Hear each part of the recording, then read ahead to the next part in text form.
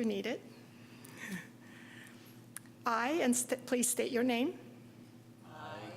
Julia Chang, do solemnly affirm do solemnly affirm that I will support and defend that I will support and defend the Constitution of the United States the Constitution of the United States and the Constitution of the State of California and the Constitution of the State of California against all enemies, foreign and domestic, against all enemies, foreign and domestic, that I will bear true faith and allegiance that I will bear true faith and allegiance to the Constitution of the United States to the Constitution of the United States and the Constitution of the State of California, and the Constitution of the State of California, that I take this obligation freely that I take this obligation freely without any mental reservation without any mental reservation or purpose of evasion, or purpose of evasion, and that I will well and faithfully discharge and that I will well and faithfully discharge the duties upon which I'm about to enter. the duties upon which I am about to enter. Congratulations, and thank you.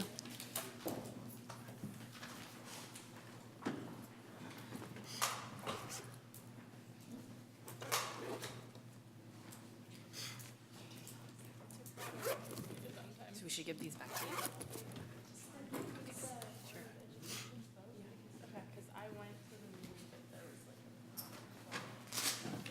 Just give this right back to you.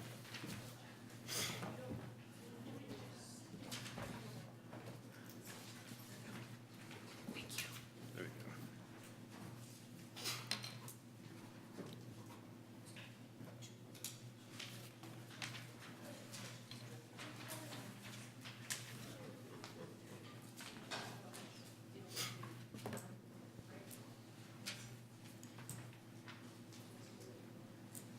We'll just wait because I don't even think there's enough people to say, like I wasn't at last meeting, so we can't even approve the minutes with the quorum. Right, because it's just the two of you. Move that announcement? Okay, sure. Okay, so we should start the meeting and we can start with announcements and move to, announcements number 4. We'll do approval of minutes. Should we do public comment first? Okay, so right now we can accept any public comment for an item that's not on the agenda. Okay, doesn't look like there's going to be a comment, so announcements. I wanted to start off by first thanking, although they're not here, Commissioners Pearson and Romero for their service to the commission. And I also wanted to say thank you to you guys. It's a lot of work, it's a lot of time and commitment, and you guys are so thoughtful in the information that you provide and feedback that you give, and so thank you guys for serving as well. Then we're going to welcome now our 2 new commissioners, Commissioner Cooper and Commissioner Noble. Tonight is their first night. So welcome to the commission. We're excited to have you on board. Do you guys want to say anything about introduction or anything? You don't have to, but you can. I'll say a few things. So, good evening. My name's Ben Noble, and I have lived in Albany for, I guess, about 12 years now.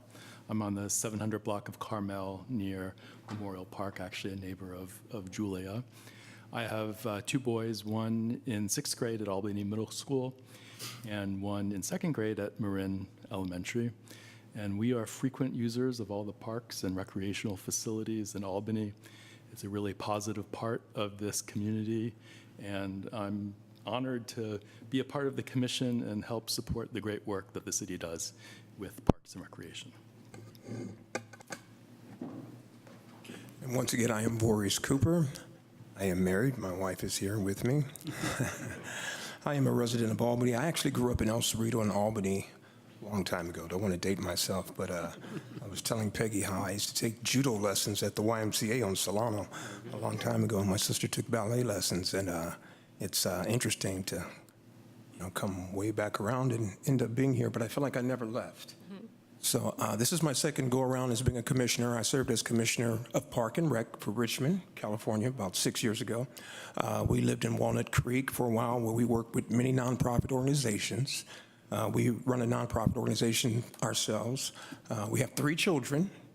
Well, they're not children, 21, 24, and 29.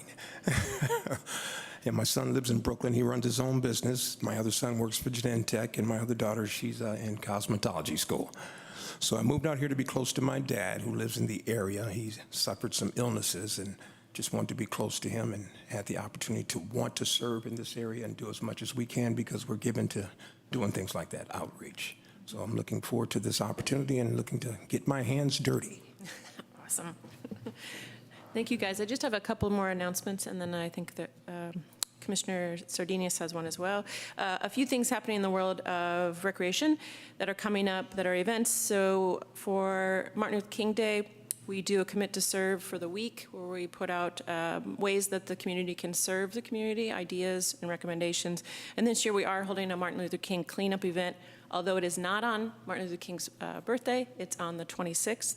And it will be a cleanup of Albany Hills. So we'll be doing plantings and some cleanup work.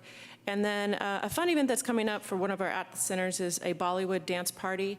Will feature a highly trained dance instructor, and also donated from food from Cafe Raj. So just a couple fun things coming up. That's it. I just wanted to say a word about the commissioners that just stepped down. I just wanted to say that Commissioner Pearson, I think she served for like 12 No, I think it was 12.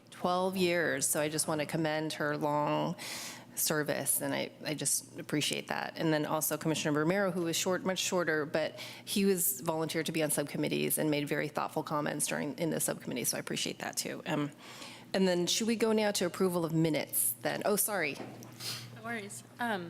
So the city of Alameda, or the county of Alameda, has a fish and game commission, and they just put out an RFP for little grants. They're mostly to fund materials. So I thought of it as like if the rec department wanted to get bird boxes for Albany Hill, or do milkweed plantings, or they tend to want to, I think, do more materials than other things, but it could potentially fund, say, a survey, like the Monarch study on Albany Hill. Sorry, I've had a very long drive and my brain isn't quite working. But it's either $5,000 or $10,000, and it's a really simple application. And so I just wanted to bring it up, because I think there's always might as well apply for funds that can do good things. So Great. Thank you very much. Great, thanks. So I think we can now move to the approval of minutes. And so if you can take a look at the minutes from December 13th. And I believe that it would be Commissioner Sardinius, Abbott, and Martin that can vote on this, since the rest of us weren't in attendance.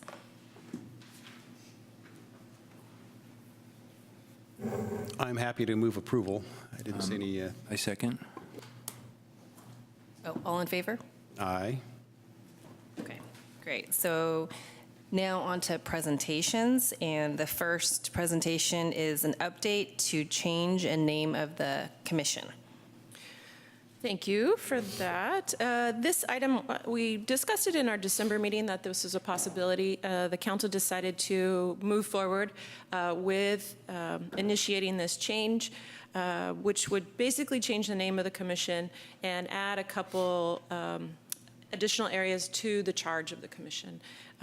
The council was interested in adding these because they wanted to give a few of these topics a public forum and a commission to handle them, so that they can have discussions, and if there are projects that are coming up or updates or statuses to those projects, that there would be a forum for the public to come and participate. This is the draft ordinance. I provided it for you just so you had not only that part of it, but you could see how it might change a little. Tonight, if you had any comments about it, that's what the purpose is of it being on the agenda. It also, I thought it would be important to introduce this and make sure you knew about it prior to having an item about creeks on our agenda, which is slightly new. So it's more of the heads up and might answer the reason why we have a creek item on here. I will say that I have an additional update to this. I made my comment, my recommendation in terms of the name, which was to actually, rather than use the word natural areas, was to use some of the language that's out of the general plan.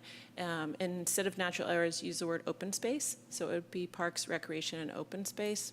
There's a number of types of open space that are described in the general plan, and it would encompass the creeks, Albany Hill, wetlands, waterfront in that description. But that's up for your discussion as well. So this is the, so I guess, are there any questions from the commission? So are we recommend comments to staff? Yeah. And do we invite public comment now? Okay, so if anybody has any public comments regarding this?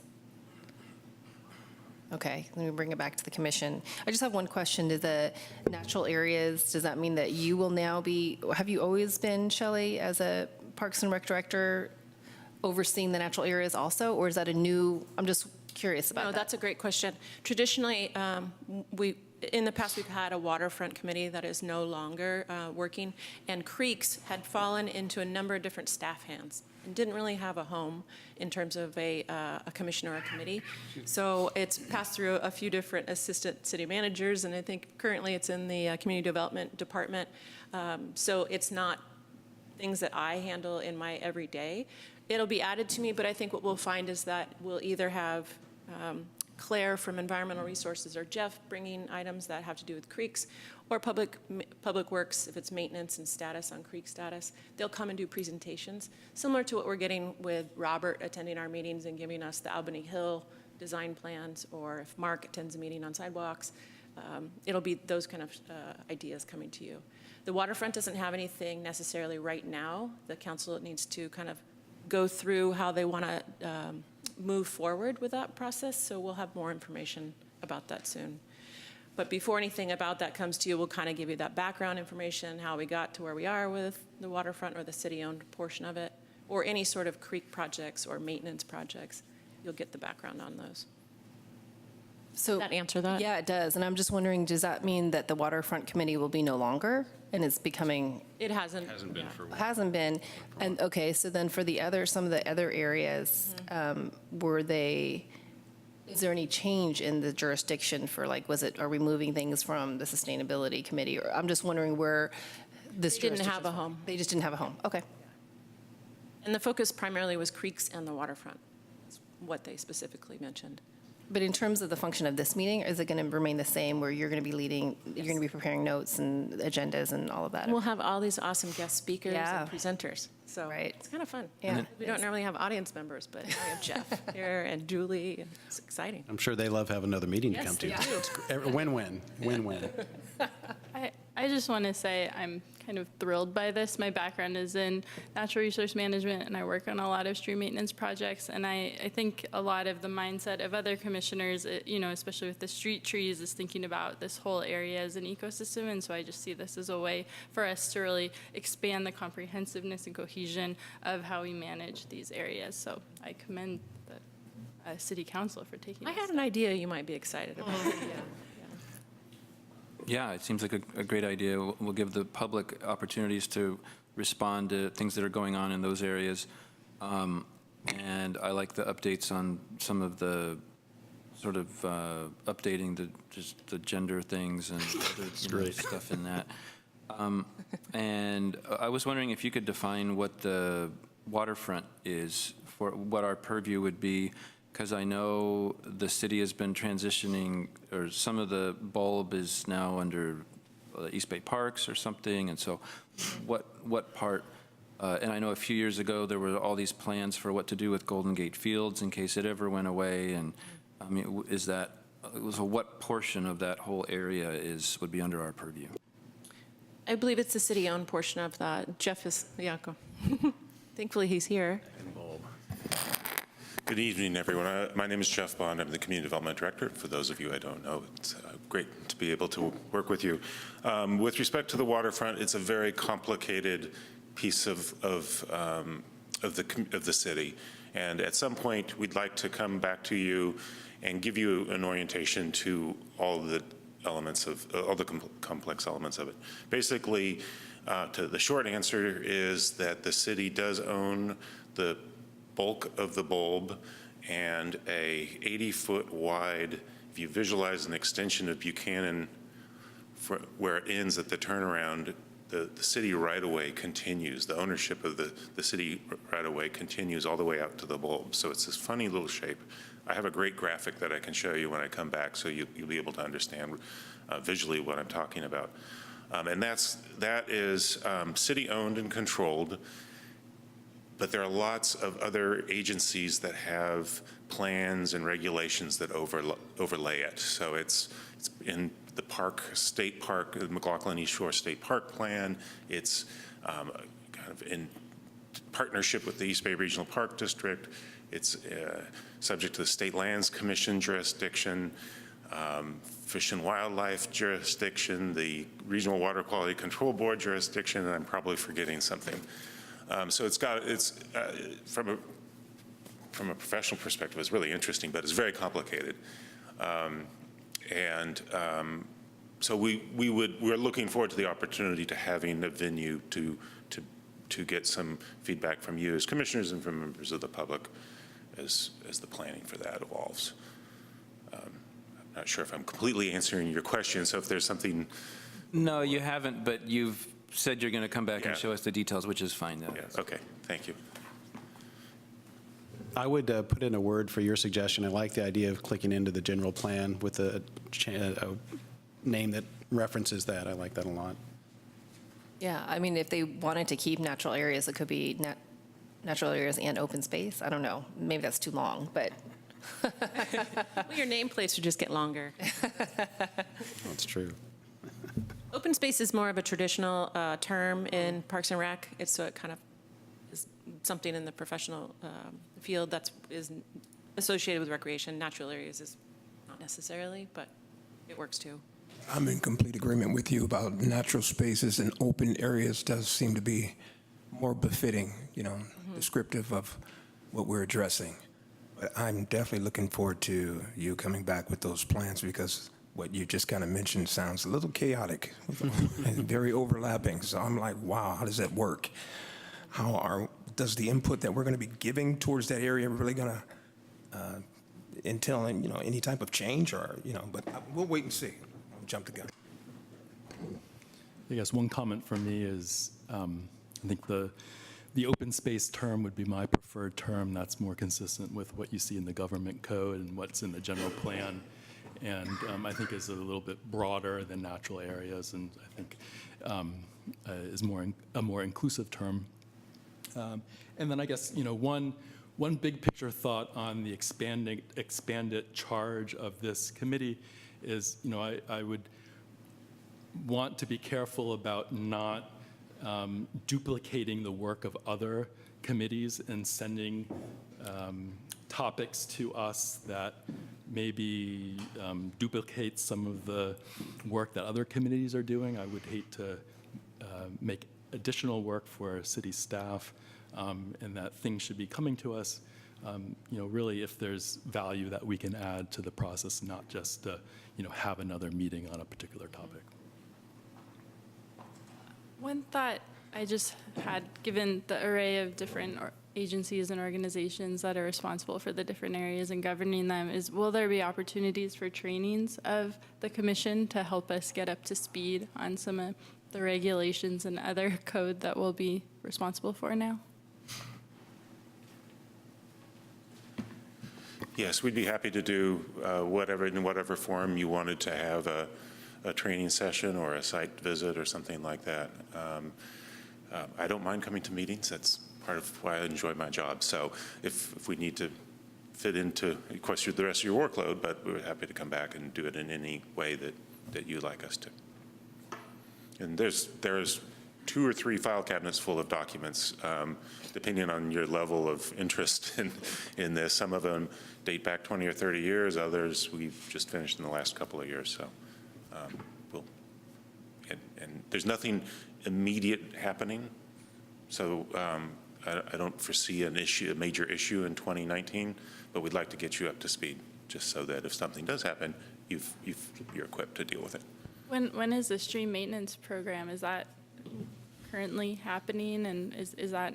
Well, that is timeline? something that Okay. with respect to the, I'm sorry, those comments I just made were more in context of the waterfront. With respect to Cordonices Creek, there is a lot going on, and that's part of the reason there's an agenda item this evening.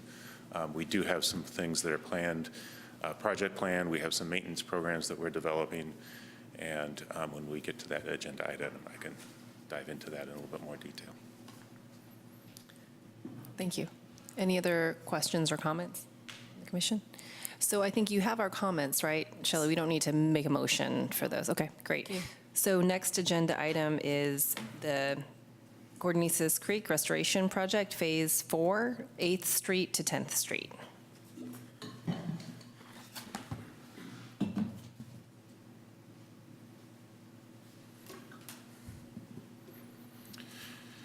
So as just alluded to, there are a lot of different active areas of creek project planning and creek maintenance. The agenda item for you this evening is particularly focused in on a particular restoration project. With respect to creek maintenance program, we would like to come back to you in the near future with some, we're in the process of preparing a draft for you right now, a creek maintenance plan to get your input that would eventually go to various regulatory agencies that have to approve it. It's not just something that the city can do unilaterally. But with respect to this particular project, if I can dive into that, and then if you want to get back to the maintenance plan, I'm more than happy to try to answer those questions as best I can with what we know right now. Cordonices Creek has been under restoration in phases since the late 1990s.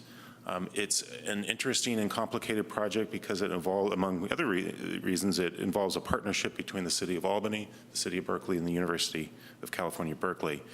As you probably know, Cordonices Creek is the city limit line. On the Albany side of the line, the portion of the creek that we're focused in on is largely owned by the University of California.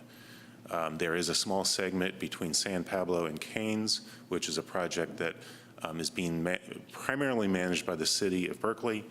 And then with respect to from San Pablo down to the railroad tracks, that's a project that we're working collaboratively, but in general, the City of Albany is the project management entity for project development. And we have in various agreements a little bit more complicated matrix of maintenance responsibilities between the three entities. The project that we want to show to you today is something that's been in our capital improvement plan for the last couple of years. It was originally envisioned to be a project that would go from San Pablo Avenue down to 8th Street. And we rolled this out about a year and a half ago or so, I would guess. And there were some suggestions from the community that we should break it into smaller pieces. And so that's what we've done. And we're now focusing on a segment that's between 8th Street and 10th Street. And the image on the screen shows you basically, to get you oriented here, if you can follow the mouse a little bit, this is 10th Street at Cordonices Creek, and the Belmont Village new senior housing is on the upper right-hand corner of the screen, and this is 8th Street down here, so north is to the top of the screen. And basically, this is a trail that will get you around the Little League fields, if you're familiar with that area. There is today kind of unimproved informal walking trails around there. What we want to do is improve that for a variety of reasons. And I should mention that we're staying out of the creek itself. We're trying to stay outside of the banks of the creek. And it's really more of an access improvement project with a little bit of a landscape, some landscape work. And the idea is basically to create a 10-foot wide shared use path that will get from 8th around the fields to 10th Street. It would be suitable for bicycling, it'd be suitable for people with access issues, so wheelchair users and so forth.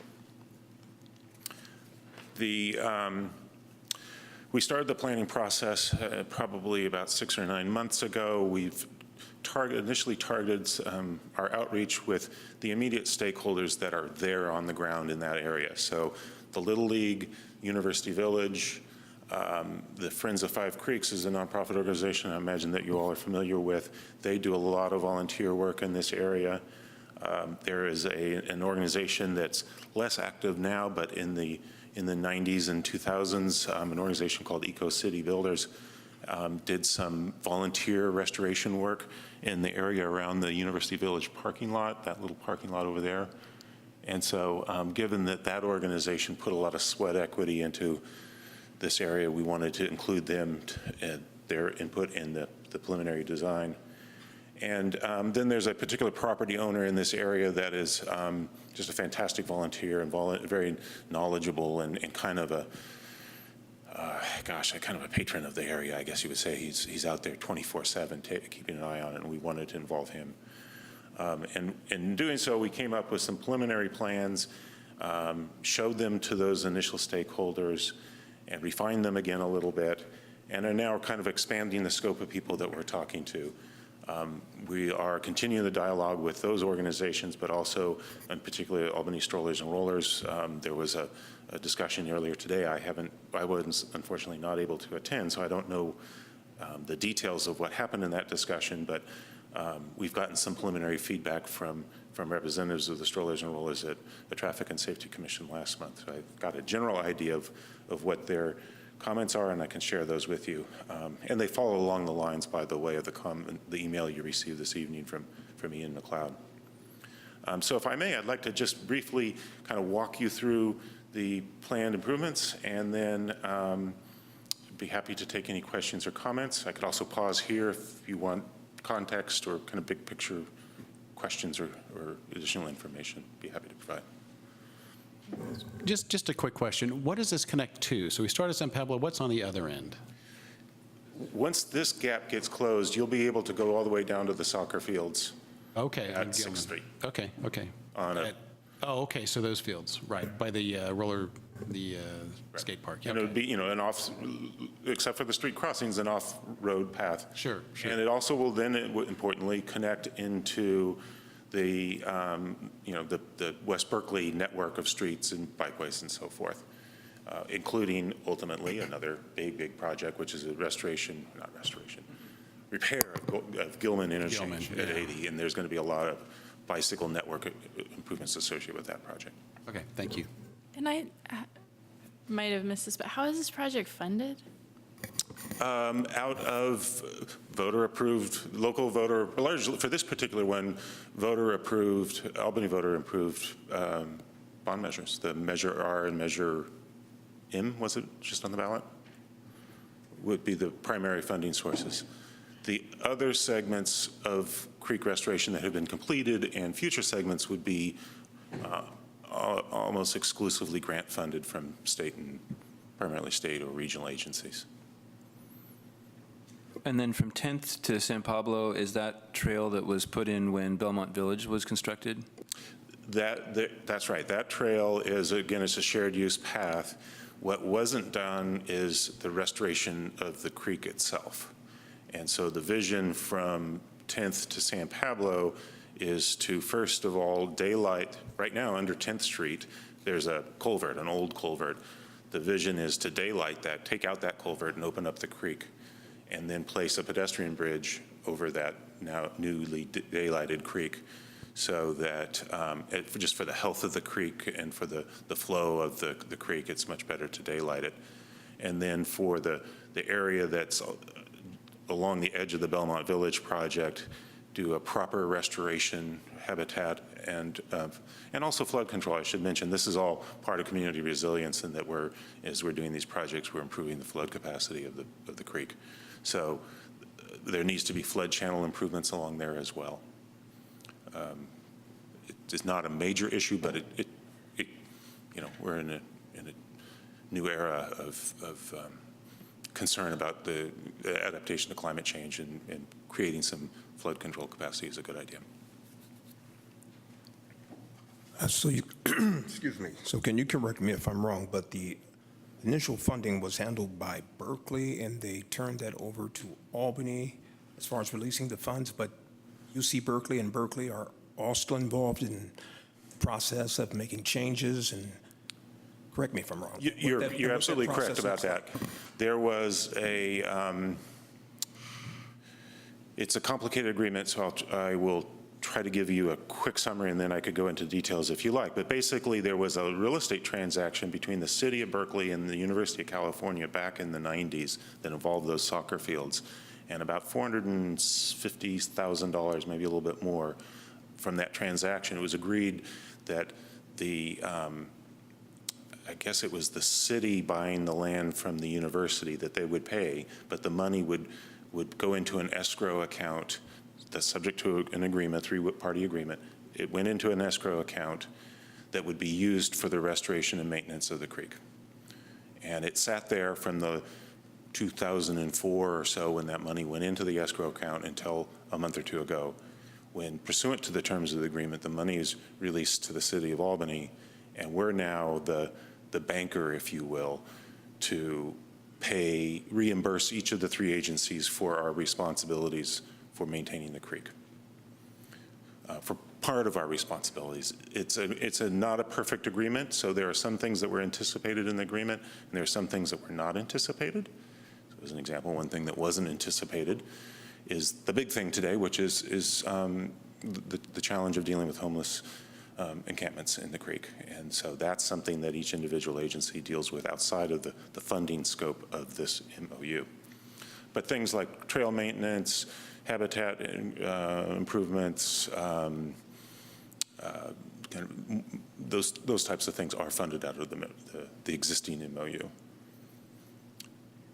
Thank you. And so, as you take us through these, if you could just give us 1 minute of what you're looking for in terms of comments from us, I think that's helpful, because I know this has gone to other commissions before, right? Yes. So just to give us that perspective. In particular this evening, what would be helpful are any comments on the plans that I'll go through here in a minute. We'd like to give consolidated comments back to our design team, Restoration Design Group. You know them from some of the other projects that they're doing for the city. They do a lot of this creek work, and they've done most of the design work for Cordnese's Creek over the years. We want to give them a consolidated set of city comments that comes from you, from traffic and safety, from stakeholders, from us as staff, get the plans finalized. And ideally, we would need to make some amendments to our capital improvement plan budget, which is planned to be updated this spring by City Council to get enough money. Right now, we have about $600,000 budgeted for this project, and it's probably a little bit more. As presently designed, we think it's going to be a little bit more. But once we get the CIP budget updated, we would like to execute on this project in, sometime in the next year or two. So this is for us, would be the best opportunity for you to say, and what other people have commented on, can you make some adjustments to the alignment of the trail so it's a little bit easier for bicyclists? You think about moving some of the seating areas and fencing back a little bit to create a little bit more room. There's some discussion about different paving materials in different areas, and I can explain our thinking about that. And then finally, the other element of it that is the element that's kind of least in our control, but in some ways the most complex, is how this segment of trail crosses 8th Street. Because right now, there's the trail on the east side of 8th doesn't align with the trail on the west side of 8th. And it's a busy street right there. There's lots of traffic cutting through. So we're working with the city of Berkeley on that. Technically, it's city of Berkeley right away right there. And so it's depending on the mode of travel, there are different pros and cons of different ways of crossing the street there.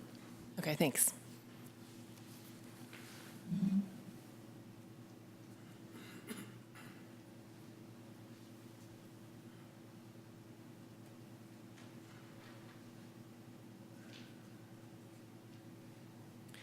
Is the lighting okay for you guys? Do you want me to turn down any lights? Maybe turn it down, I think would be good.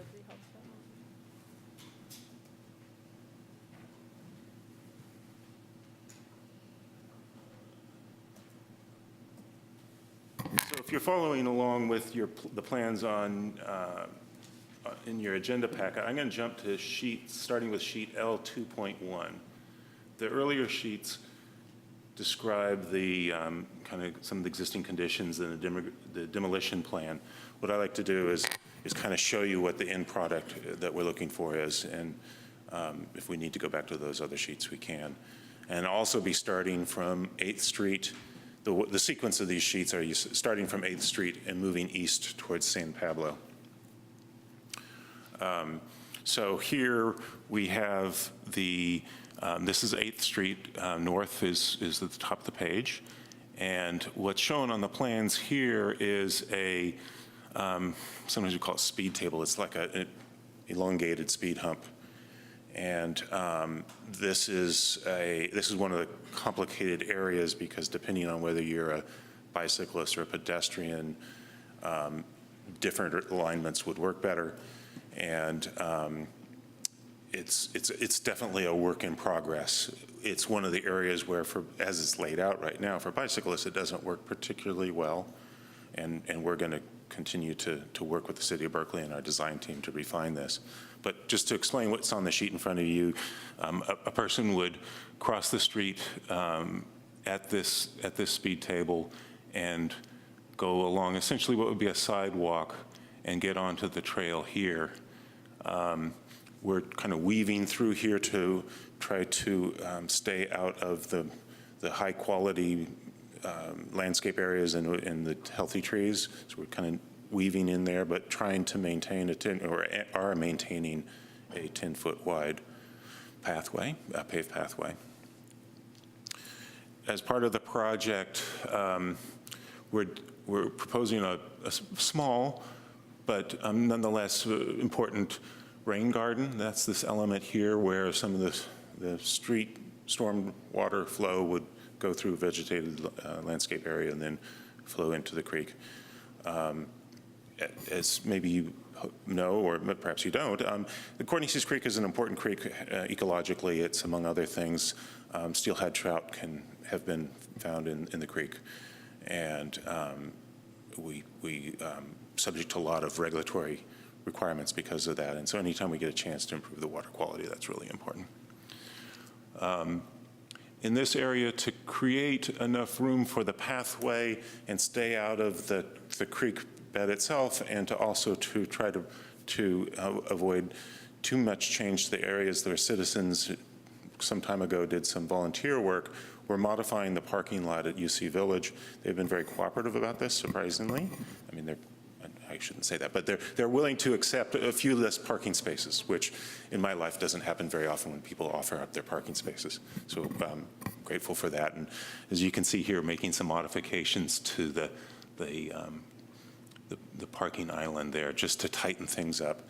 They do need enough room to be able to maneuver trucks around because they get deliveries and sometimes use fairly large equipment.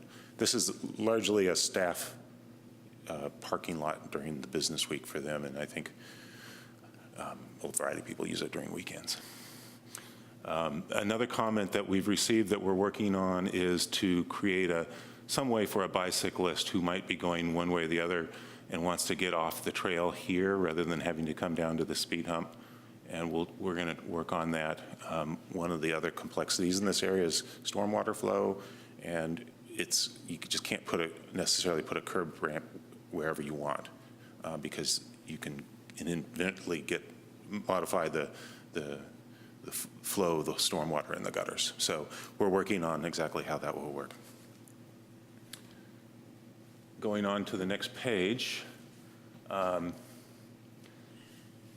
the trail would wind through what the EcoCity builder representatives called the orchard. There's some small fruit trees around there in that area, and I believe there are 5 or 6 of them that would be affected by the project, but we're doing our best to avoid them and relocate them or new plantings wherever possible.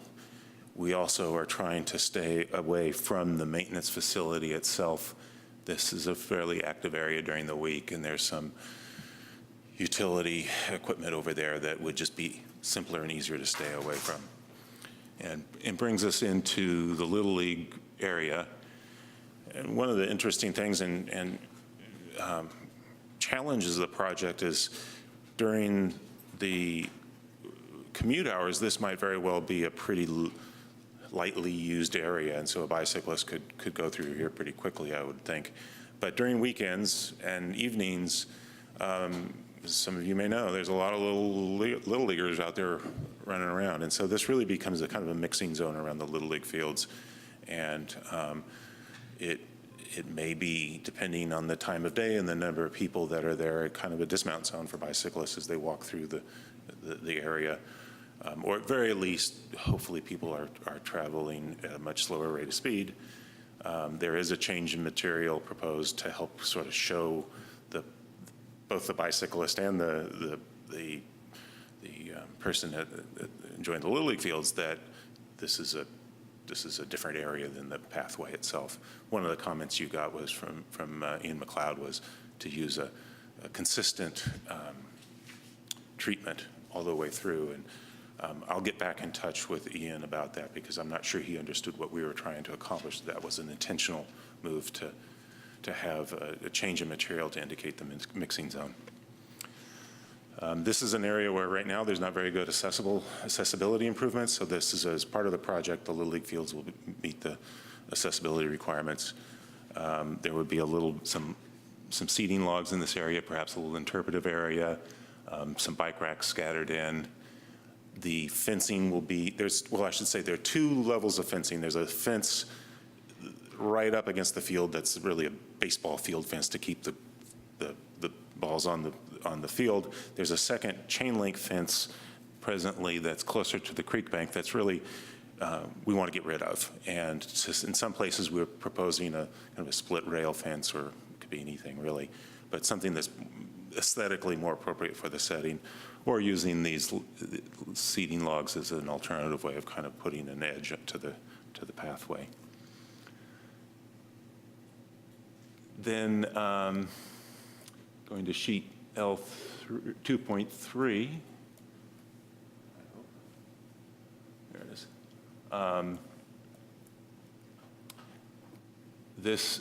The trail continues east. This is a smaller Little League field, but it's still an important one for the Little Leagues program. And then it kind of lands, the end of the pathway lands into 10th Street. As I mentioned, our long-term vision is to open up the creek, which right now is in a culvert, from this area here to here. And so to some degree, this is an interim solution. We don't know when we'll get money for that. It could be a couple of years, it could be longer.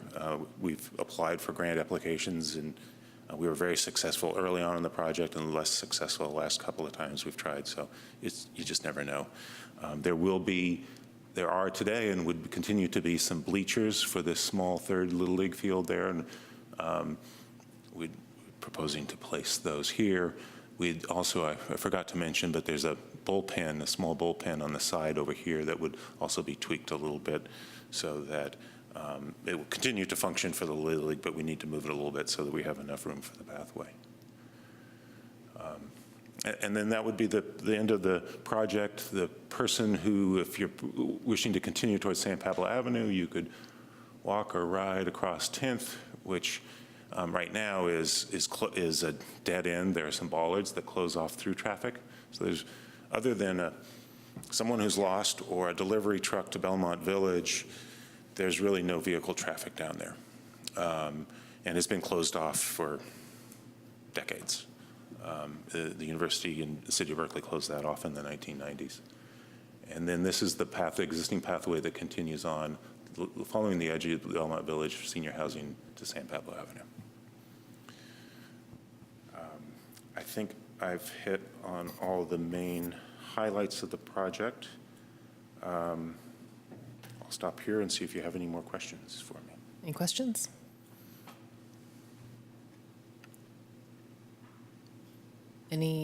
Public, at this point, we should accept public comments. Any public comments? Okay, seeing nobody, then we can bring it, okay.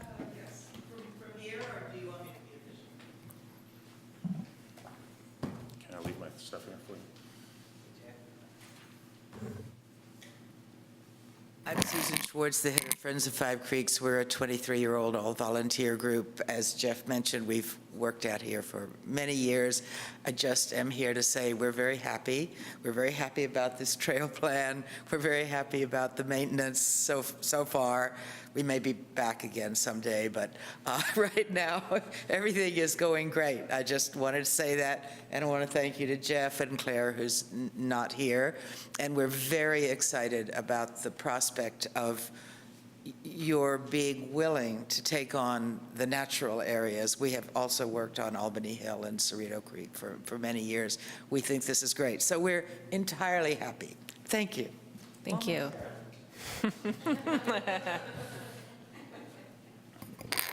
I'm going to record this at home. It is recorded, right? Any comments? I guess I do have a comment, and this is something I brought up on Albany Hill, but kind of putting on the school board and educational hat, this is very close to Ocean View, and we've talked a little bit about having interpretive signage. This is obviously a great opportunity to talk about creeks in Albany, to talk about salmonid habitat and that whole life cycle, which is so unique. So I guess I'm just wondering if there are locations that the regenerative design group can identify for potential learning opportunities along this new parkway. There are, Did I just miss them? yeah, let me back There's up at a least one, sheet. yeah.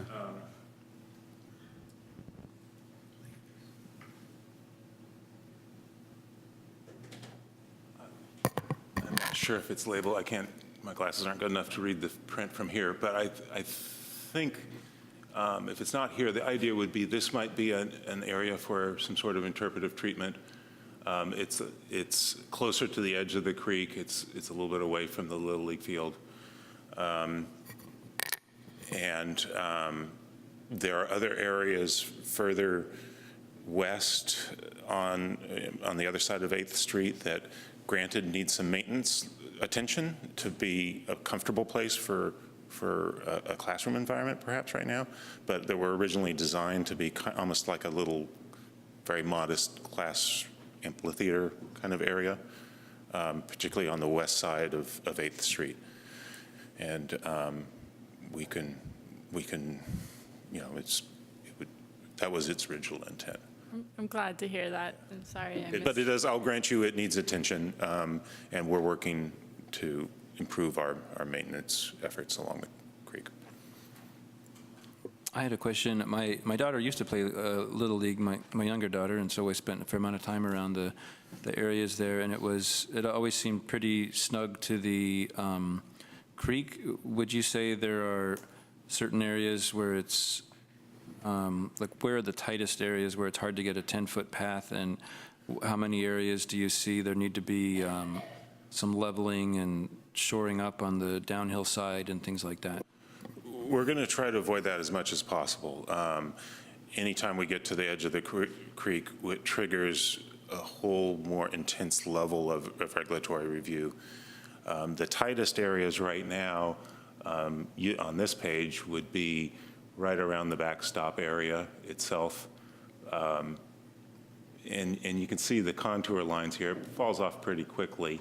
And it's also probably, at least when the Little League game's going on, maybe the busiest place for pedestrians.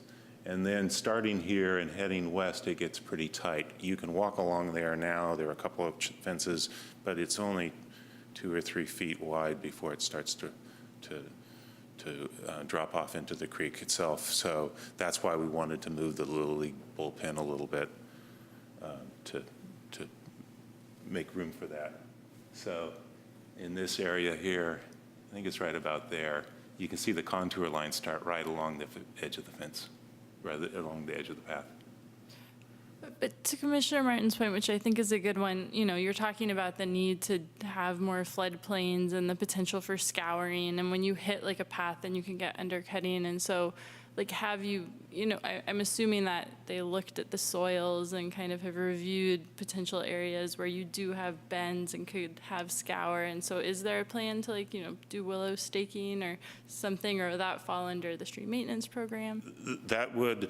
We're not proposing any modification to the stream in this segment. We've done that downstream. We would like to do that upstream. So in this segment, anything that we would do would be maintenance related, and you'll see that maintenance plan. We're working with Susan on that to develop that, and you'll be the public venue for vetting that before we run it by up through the formal regulatory authorities. Just to add my voice to this, I noticed that I went out there today, and basically the ground, there's a sponge, and we're going to put a lot of hard surface there, some of it coming right up to the edge where it starts sloping down. So I'm a little concerned about the additional runoff causing erosion, but it sounds like we're aware of that, so. I appreciate the comment, and we'll certainly pass it on to the design team. Yeah. They have a lot of experience with creek restoration design projects, sure. And I'm not the subject matter expert, but I'll make sure that they're thinking about that. Yeah, I would say I really like that you went out there. I haven't had a chance to go out there, but I just think that after the rains, it would be great if they haven't, to go down and check it out. I mean, it was really dry last year. They were there this morning at 10 o'clock. Oh, good. Good. It's good to hear. Another quick comment, and I think I'm getting a reputation as the trash can guy, but one trash can is called out, and so I just, I was thinking, well, maybe they're just not calling out trash cans, fine.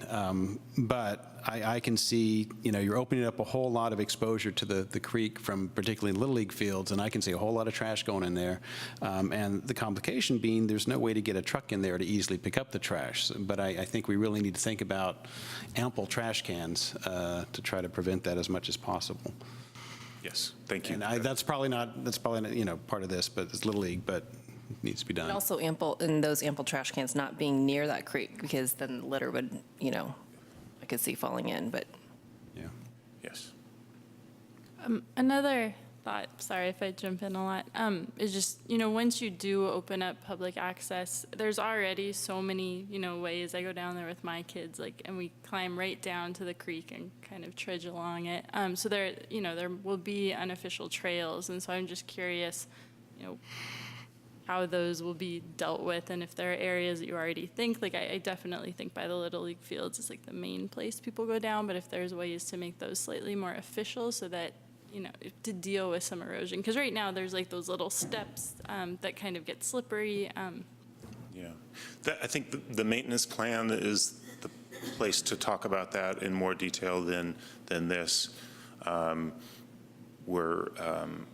The way the regulatory authority works on these things, if we stay out of the top of the creek bank, we don't have to go through as many agencies as we normally would if we get into it. So we made kind of the strategic decision to try to keep this project as simple as possible. Want to deal with the Army Corps? They're not home right now, I understand. Yeah, no, we're happy to deal with them on the major restoration projects, but it's a chore. It's a lot of time and money. And what we're really trying to do is get access to and through here. And we think we can do that without having to involve them. Any other questions? Yeah, just a quick comment. I just wanted to thank you for your work on this. I think it's exciting to see these connections coming together that better enable us to move around the city and reach destinations on our bikes. And to do so safely for us and our children. And I'm sure this is a complicated endeavor with all of the regulatory agencies, the design details that you need to think about, the various stakeholders who have strong opinions about all sorts of details. So I just want to thank you for the work that you've done on this and let you know that it's greatly appreciated. You're welcome. It's very satisfying work. So I appreciate that, but I'm happy to do it for the community. I just wanted to say I'm very pleased that the Friends of Five Creeks are happy tonight. Stark contrast to the last council meeting. So I'm so glad to hear that, because I really respect the fact that you've been at this for 23 years, and I really appreciate the passion that you all brought into the room.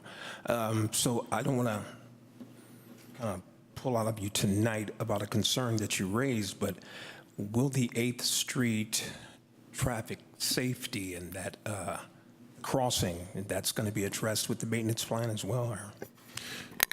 There's a maintenance fund is one pot of money. Then there's our capital improvement budget, which is going to build this thing, which is a different pot of money. So it's primarily City of Albany money that's going to pay for building this. That maintenance fund is a shared account, and it's strictly pursuant to this 2004 agreement. It's very specific about what it covers and who can bill what to reimburse ourselves. So, different agencies have different responsibilities in different areas, and we can charge some of those expenses to the maintenance fund. But getting back to the specifics of your question, how that 8th Street crossing will work is primarily a City of Albany. Right now, it's a City of Albany capital improvement project that we're managing, but jurisdictionally, it's a City of Berkeley decision because it's technically on their side of the city limit line. It's a partner. Ultimately, it's a partnership, but that's kind of how the money lays out. So we'll get a chance to see what they have kind of set in motion, what the plans might be. 'Cause I've seen something like this similar in Walnut Creek where it was street crossing and they just went ahead with an overpass, just different things like that. So Yeah. I'm curious. I'd be happy to bring it back to you with that particular element. That would be, from what I can tell right now, I think there's been some constructive comments. I don't hear anything, with the exception of that 8th Street crossing, that would, unless you tell me otherwise, I don't think there's anything you may not need to review again. We'd like to get the comments to the consultant and get the final plans, and then take it to City Council for their approval. But the 8th Street crossing, I get it. That's important to the community, a lot of people in the community. And I think it's a good, thank you, it's a good comment that it be brought back to you and to Traffic and Safety Commission as well. Yeah, no need to review. Just want to know if it was really, being addressed, the safety of that intersection, yeah. I had a question about the bike pedestrian bridge. I think, were you saying that is a totally separate segment or plan after this is taken care of? Okay. Because I would also like to see a bike pedestrian bridge over Cerrito Creek, where Adams is. So whenever that comes up, that'll be interesting to see, and maybe there's a buy one, get one free program around those. Happens all the time. Yeah.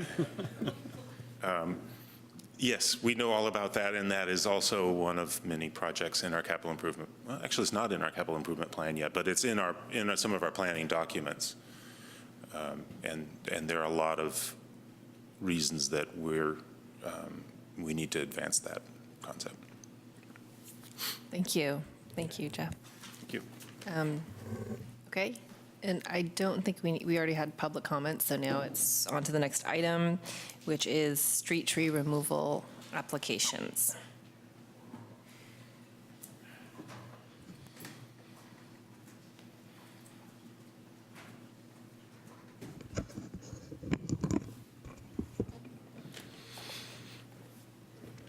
I'm John Hawkridge. I'm the city urban forester, for those who don't know me yet.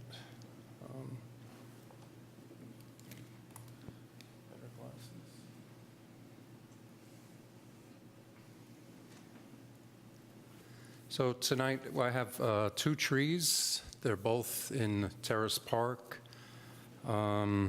Just a little background. We had an outside consulting firm do an evaluation, a tree risk evaluation of all the trees in Terrace Park. For a start, our plan is to hit all the parks. So they gave us a detailed report. Basically, they looked at 17 trees, and they found 2 trees that they recommended for removal, which are these 2 trees, and 5 trees to be considered moderate risk, something that we'll observe and maybe do some pruning on. And then the other 12 trees they found to be low risk. So the 1 tree is pretty easy. This is a red bud that's completely dead. That needs to come out. It's almost falling over as it is. So I'm not sure. It's shaded out by a maple tree there, and it might be little soil. I think there's a little bit of soil, a little bit of sand that's been added, might have kind of suffocated the roots of the trees. So it wasn't planted in a good place, too close to the other tree in the first place. So we can get that out. We can't replant the tree right there, but we could find someplace else within the park to get a new tree. That's what it looks like. Bark is peeling, the trunk is splitting, so I believe that's an easy one. The next tree is a camphor tree that's kind of in the middle of the field on the east side of the park. And the tree is in decline. There's, let's see, there was a, there's dieback. You can see from this picture a lot of dead branches up there. The top of the tree is basically dead. There's a cavity on the back side of the tree that's kind of small, but still it's a cavity. I think I have a picture here. There at the top, you see a dark little circle. It's a cavity in the tree, and there's kind of this weird formation there. It looks like on the lower part, it looks like maybe some old scar that eventually grew over. There's wound wood growing around the sides. It all points to kind of a possible area where a tree could fail. So, so the recommendation was to have this tree removed. And that's what I propose. Can you show the picture of the tree as like, you know, where you see the full tree? Okay. That's a side view, that's a front view. Any questions? I just have a question about why the risk assessment was conducted. Did you, just curious about that and the. Last year, we had a tree that came down in the winter, so we became concerned and decided that it would be a good idea to take a closer look at all the trees. It's a park, you know, and active. Okay, and then just curious about this contractor or the arborist that you chose. Sure. Wondering, is there any conflict of interest in terms of like hoping to get the job to cut down the trees or anything? Okay. They're consulting arborists. They're out doing reports like this. They're Great. Tree risk assessment qualified, which is the standard for tree risk assessment. Okay. So, yeah, they wouldn't get the work. Okay, great. That kind of arborist, yeah. Okay.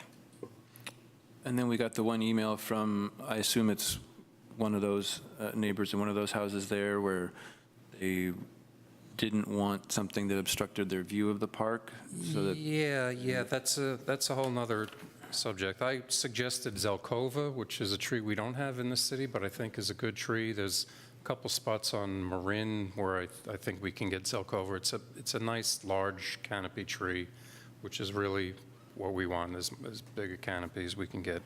My feeling is the park is a perfect place for a large tree like that.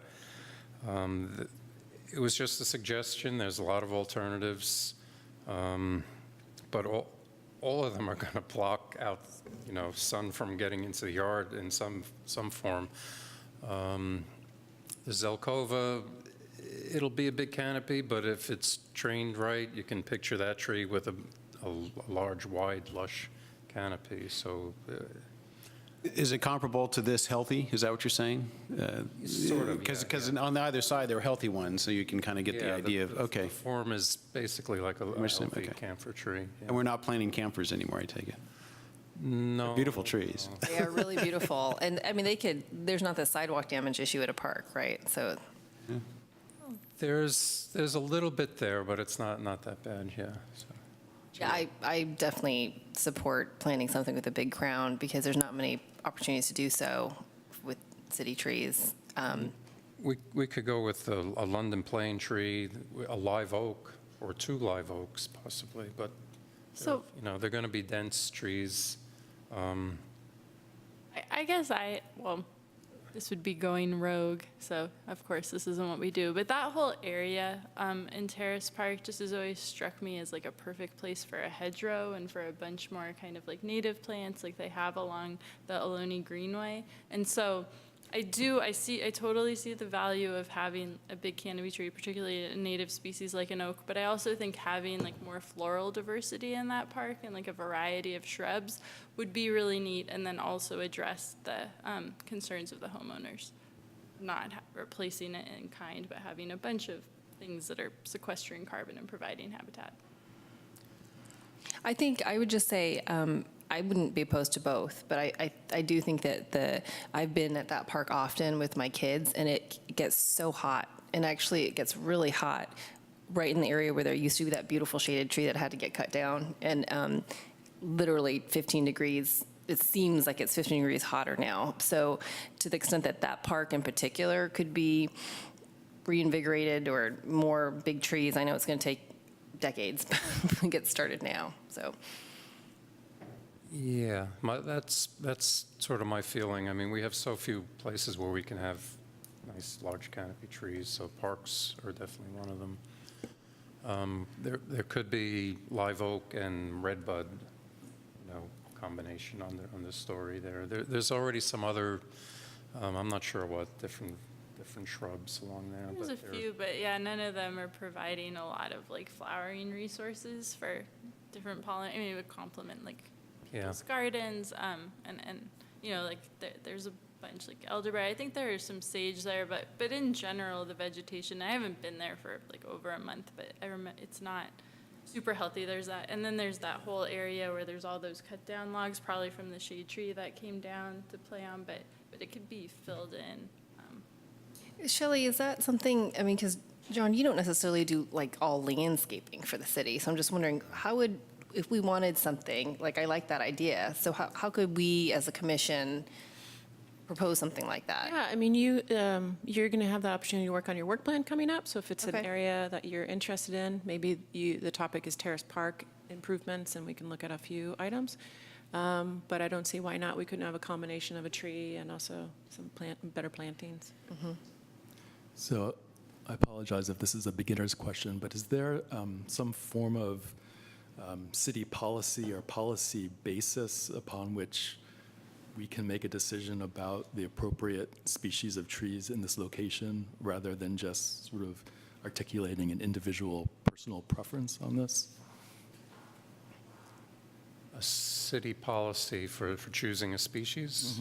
Not necessarily, no. Okay, and there's no park master plan that would guide decision-making on this? We have an accepted tree species list, so anything that's on that list would be acceptable, I think. Okay. Generally, if this were a private property, I would work with the property owner and try to figure out which tree would work the best for the space. So here I am, working with the property owners. But I think that's an interesting question, though, because so many reasons. Yeah, thank you. Oh, sorry, go ahead. Oh, sorry. Okay.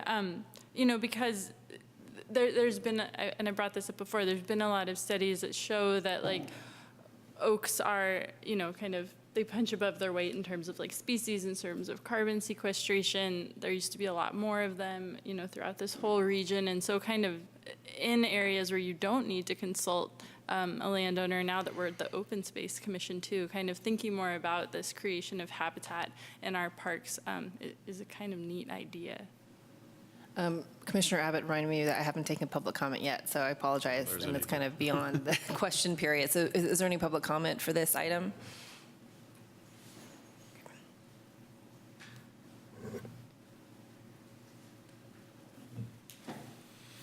I wasn't planning on speaking. I just came because I've never been to one of these meetings, and you have some new members.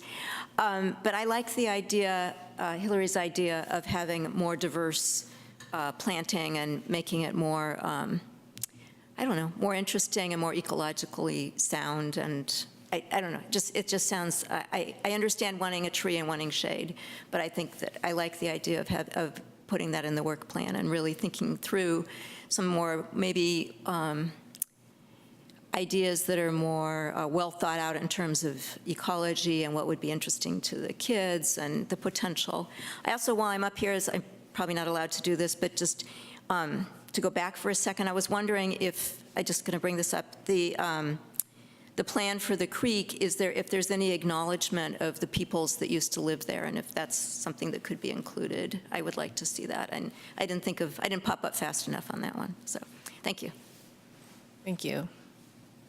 No, and that's really cool that you brought that up. That's something that I've been thinking a lot about when we've been talking about Albany Hill and just like what's been going on. And so it's something to add to the work plan could be like reaching out to the First Peoples who are here at the Albany and kind of finding out what, if they want to be reflected in the parks and how. We can pass that message along to Jeff, right? So, okay, any other comments on this item? Motion?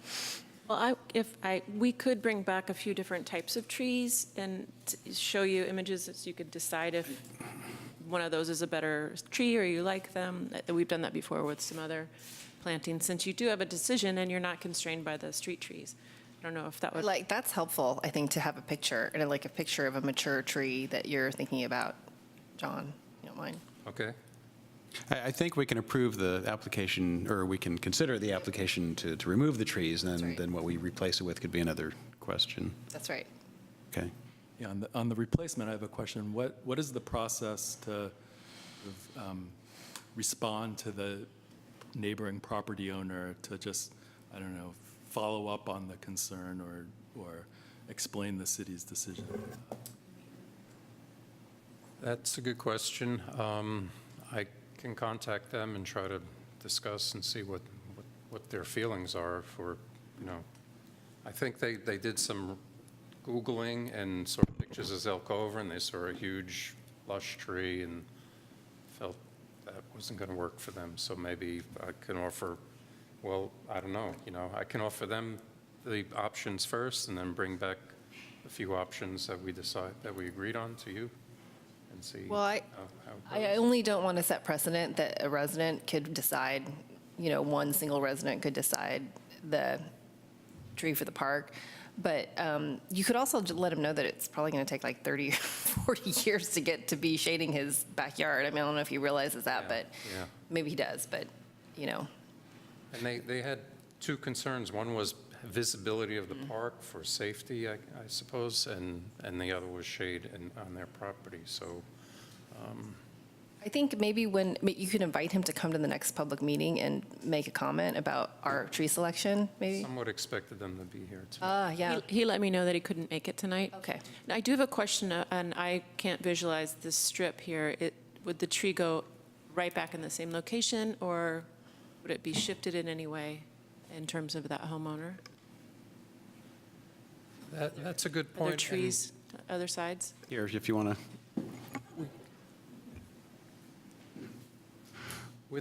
With the other camphor trees, they're trees of concern, meaning eventually they're going to come out Okay. also.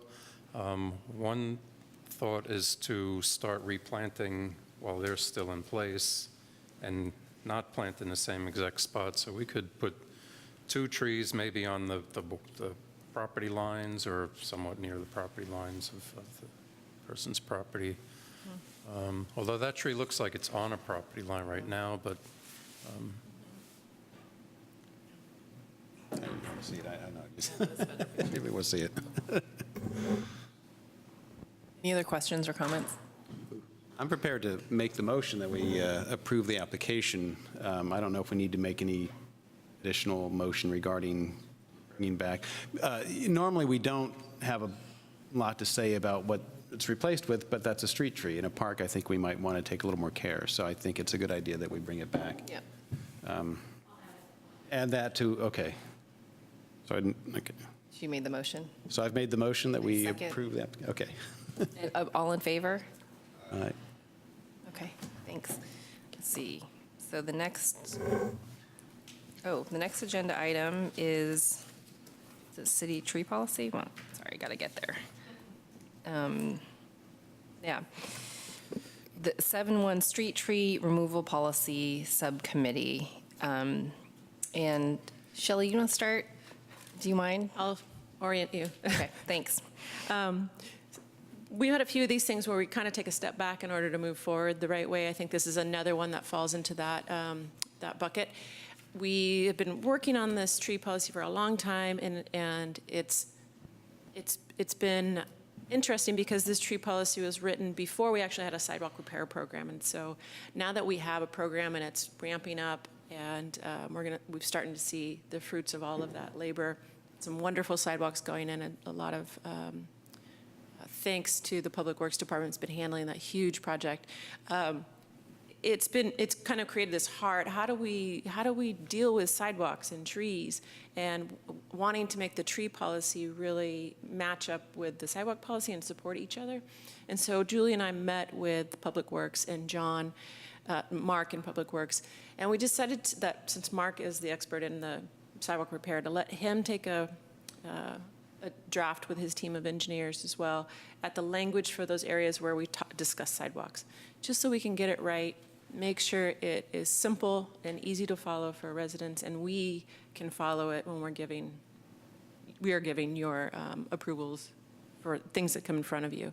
So as I mentioned to you before, the 2.1C item about the sidewalk, the criteria of evaluating a tree, and then the sidewalk section will come back to you probably in February. And I hope to have Mark come with that, and he can describe that portion of it. The rest of it, though, there's some good things in here that we've revised over the past few meetings. Comments have been put in, and this is the edited, the changes you can see on here of some new items in here. And also, I think Julia would like to discuss another couple of ideas with the commission. And lastly, because Commissioner Romero was on the subcommittee for trees, if there's another person on the commission that would like to work with, or two people, it can be up to two people, to work with Julia on finishing this out, that would be great too. Yeah. Is that? Yeah, that's great. Okay. Thank you. Okay. So for Commissioners Abbott and Cooper, I worked on this with Commissioner Romero, I think for the past, I'm embarrassed to say, like, I feel like it's been a year or something.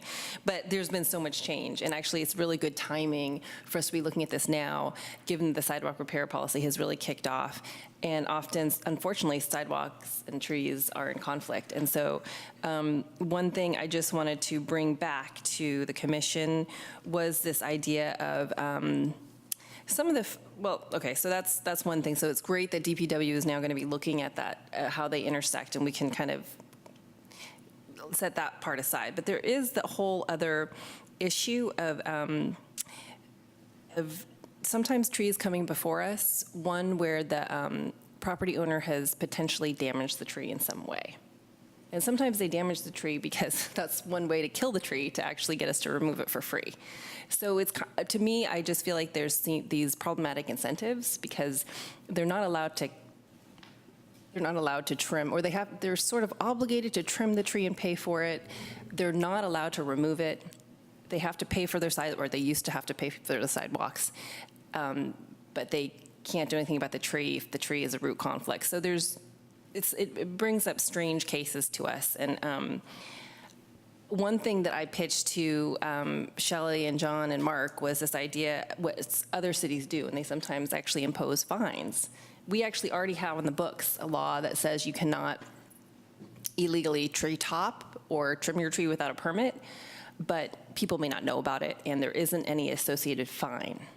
And so it's code enforcement is a whole nother question. So whether or not we could actually enforce a fine, but if we were ever to enforce a fine, we'd have to have it on the books in the first place, which we don't even have on the books. So that's just something that I wanted to put out there because it doesn't feel good to me if somebody damages their tree and then comes to us and we pay for it to be removed, because that's what our policy says. So it's just something I think we ought to consider. And this table here shows different cities in the Bay Area, all of whom I've spoken with. So I had to say that some of this information may not be perfect, but these are all based on conversations I had with urban foresters or DPW staff about how they do their fines. And so if you can see, San Mateo has a very steep fine of $5,000 per the person and the contractor, and you have to plant 3 48-inch trees if you were to damage your tree in some way.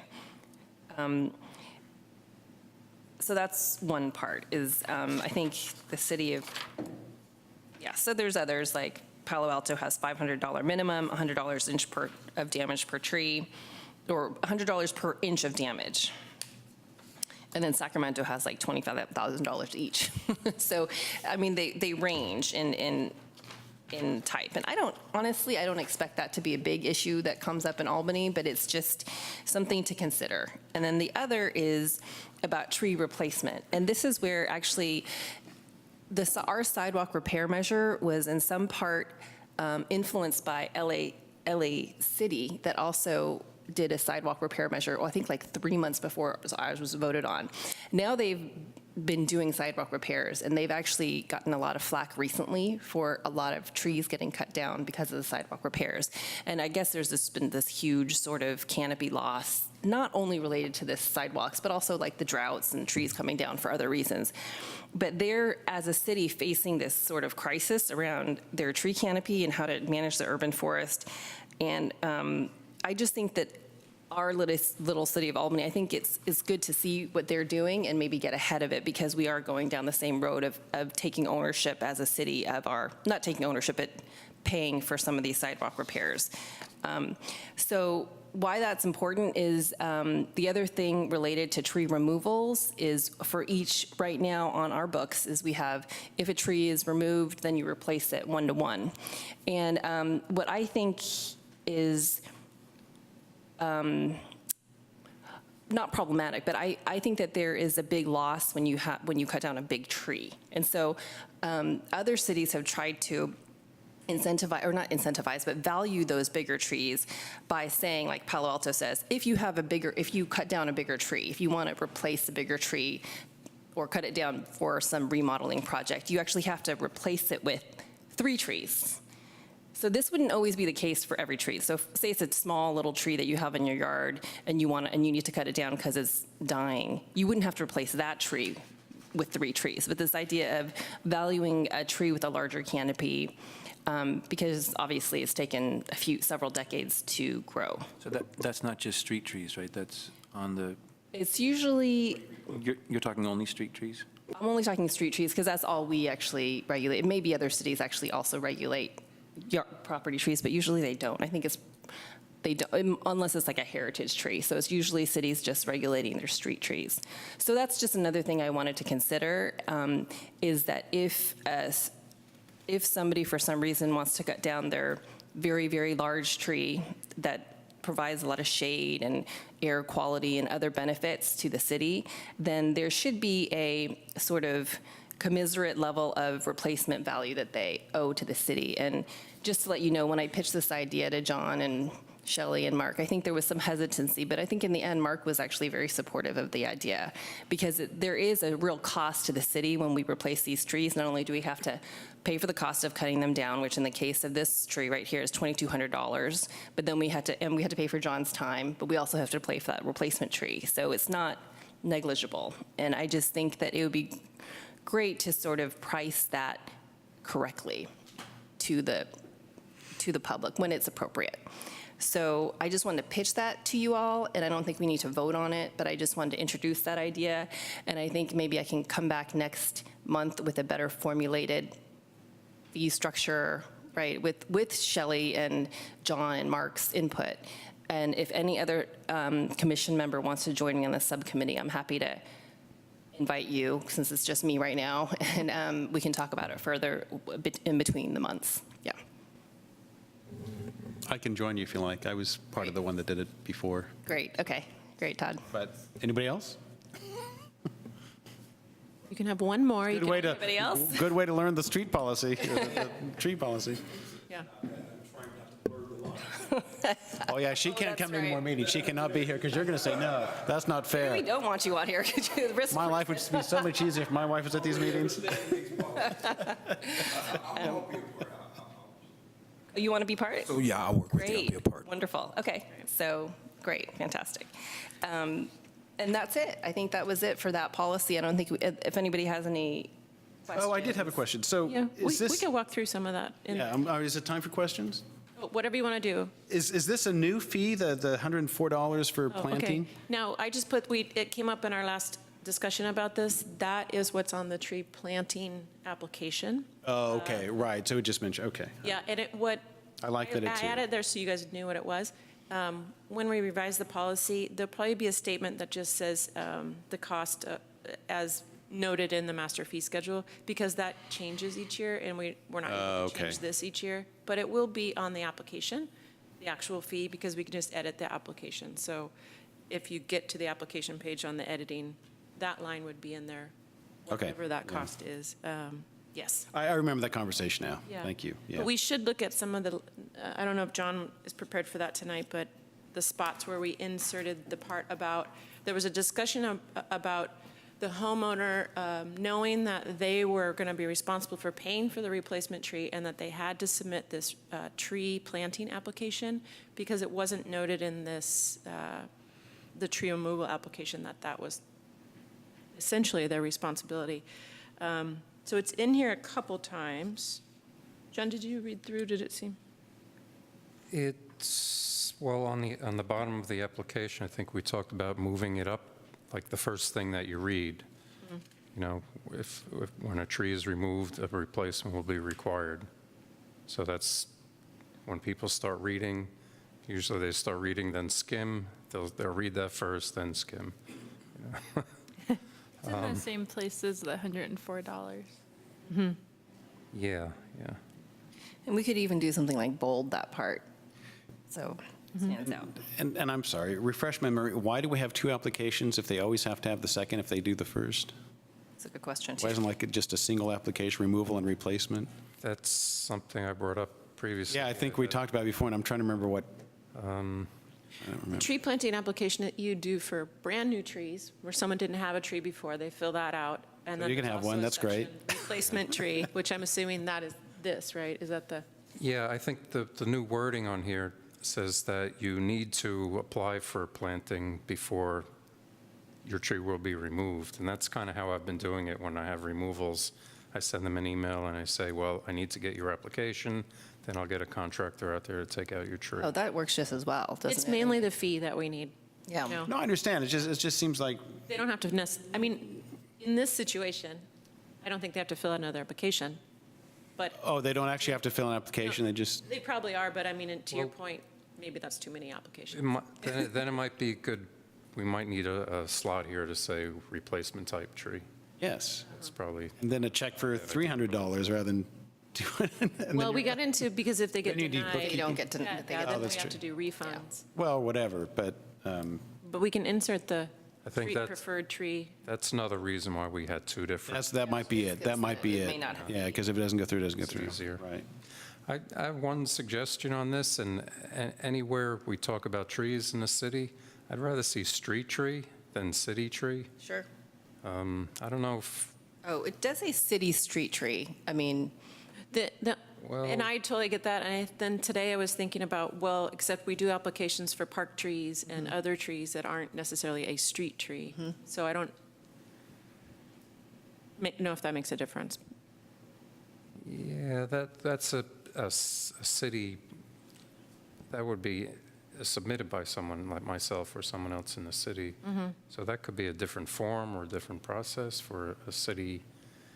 I don't think, I The mean, thing is, we get the attitude city-owned tree, and they're really publicly owned trees, and technically the property owner is responsible for maintenance, and a lot of times I get calls, you know, the city tree in front of my house is dropping leaves all over, and, you know, you need to do something about it. So just little, That's a good point. saying. It's a good point, yeah. So what would you like it to say instead of city tree? street tree. Street tree, or if we're talking about ownership, it's a publicly owned tree. It serves everyone. It's not just the cities or just that property owner's tree. so like public tree removal policy, is that what you're talking about? Something more, you're saying street would be more general, or, Generally, they're street trees, and other than street tree, it would be a park tree or natural area tree where that's internal. The application would be internal. It wouldn't be from a private property owner. So, I just like the term street tree or public tree. Street trees more digestible, understandable, I think, you know. Just city tree, it's not the best description, I don't think, so. And then I recall there was some discussion about topping of trees and that it's not always the homeowner, sometimes it's PG&E coming through and topping all these trees. So that shouldn't necessarily assume the homeowner's contractor did it or so is that clarified here?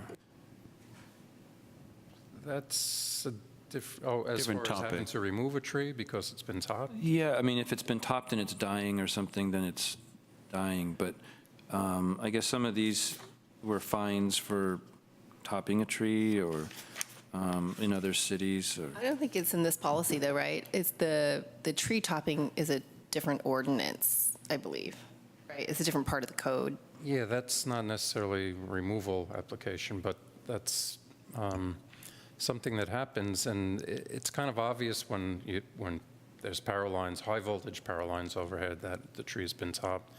And PG&E, we don't want to, we can't fight PG&E. Well, maybe we can these days, but they're required by the state, by CPUC, to keep trees out of high voltage wires. So that kind of overrides whatever we would suggest. And supposedly they're not topping, they're, what is the word? Pruning. I forget how they describe it, but. Butchering occasionally. Selective thinning. Yeah, directional pruning, that's the term. So they're directing the growth away, so they're leaving Y-shaped trees or whatever shape, as long as it's not growing into the high voltage wires. Do they get a permit before they come and do it?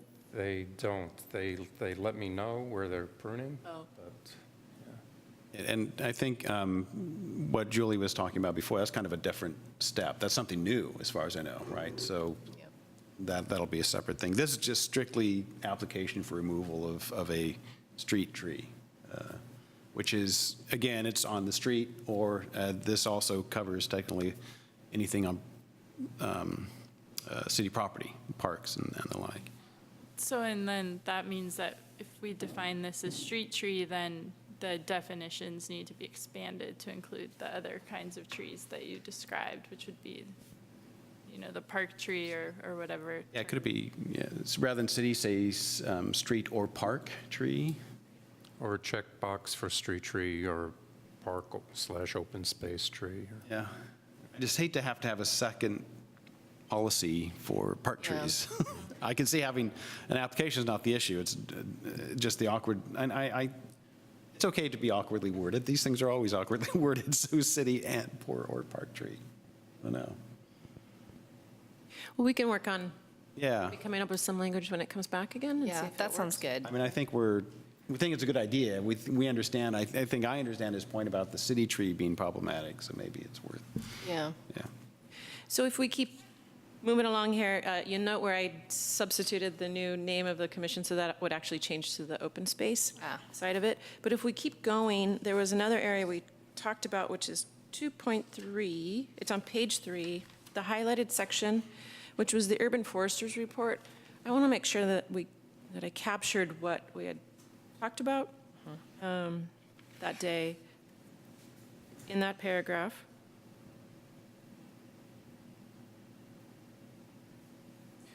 John's report already covers a number of the items that are listed in here.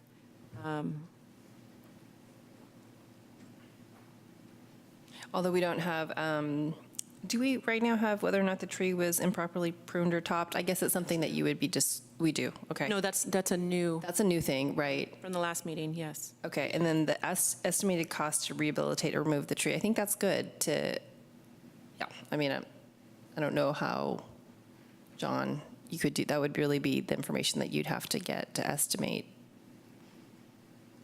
I am basically doing that already. I give an Yeah. estimate for removal. But not for rehabilitation, right? Pruning, because there could be other measures taken to save the tree. Yeah. I'm not sure how that fits into approving or denying? Well, if we say there's a tree that there was a lot of trees that came forward because a limb had fallen down, right? And I know that, like, the city of Berkeley may not necessarily just cut the tree down because of a hazard. They might do some pruning or whatever. And if that can be sort of described to the commission, then we could understand sort of the trade-offs there. Sure. Okay. I guess a very recent example is the tree hazard report where they had a medium, and the recommendation is to do some pruning to Right. prolong the life of it for as long as you can. I guess buy some time, and we could start planting new trees now. Yeah. Anticipation, Well, I have a tree I'm looking at that we pruned last January, and this year it's half of it's dying back. That was pruned, one of the big eucalyptus on Solano. So Half of it is dying. dying back. It's, Yeah. I've had calls about it, and it's recently died back, so I'm not too concerned, but it's going to continue to die back. It's not just one limb on the tree, so that's something where I would say we spent the money on pruning, and it's not effective. You know, we can keep pruning, there's going to be less and less. Well, in that case, then, yeah, then that would make the case, right? But I think when we don't know if pruning might actually help, we don't want to just cut down the tree for expedience sake, right? So we want to give it a chance if we can. Yeah. Yeah.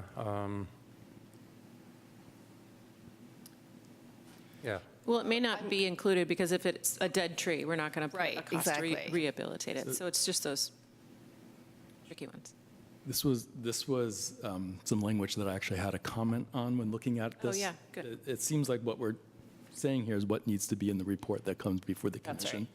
And I would suggest that this language be modified to say that the report shall contain the information necessary for the commission to make an informed decision on the application and may include the following. I think, you know, we don't want to require staff to always include information that is not relevant to the application, and we want to make sure that you're bringing to us the information we need to make an informed decision.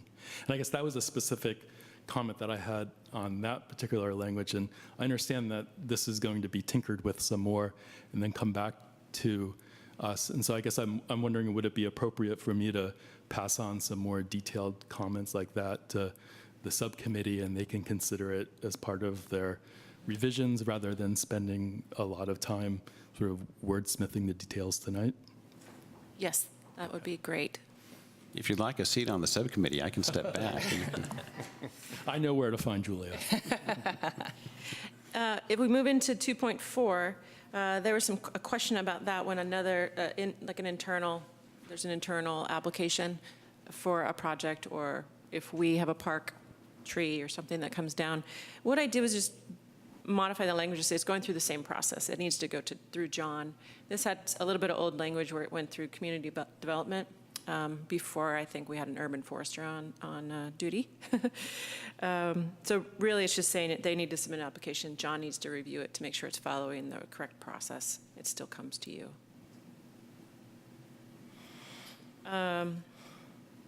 The other one was 7.1, which it has that information about where you saw the fee for replanting. And that is on page 4.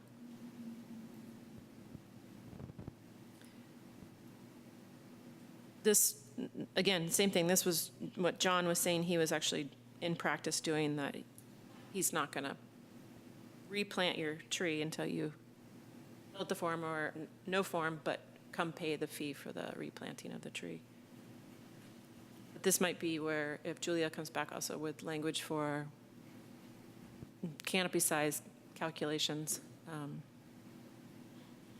approving the removal. And planting fee should say according to current fee schedule. Right, yeah. There is this, under 2.7, sorry to go right back up to the same, the 2.7, that last paragraph where it says the city will be responsible for the cost of the tree removal and tree replacement. Then it said the applicant will be responsible for the sidewalk repair. I added in and the cost of the tree replacement, but I think that needs to just be written out or not needed if we're writing it in another location. Well, there's also two things. The application fee is not the cost of tree replacement. So this is kind of saying they need to pay for the whole thing themselves. So so I read this to mean that the city will cover the labor and the cost, but they have to pay for the tree. That's how I saw that. Was that the intention? And is that the case? That is the case? Okay. And we pay for the tree removal, which. Right, yeah. How much, Labor, there's a planting, it should probably say, right, is what you're, replanting. how much do trees tend to cost?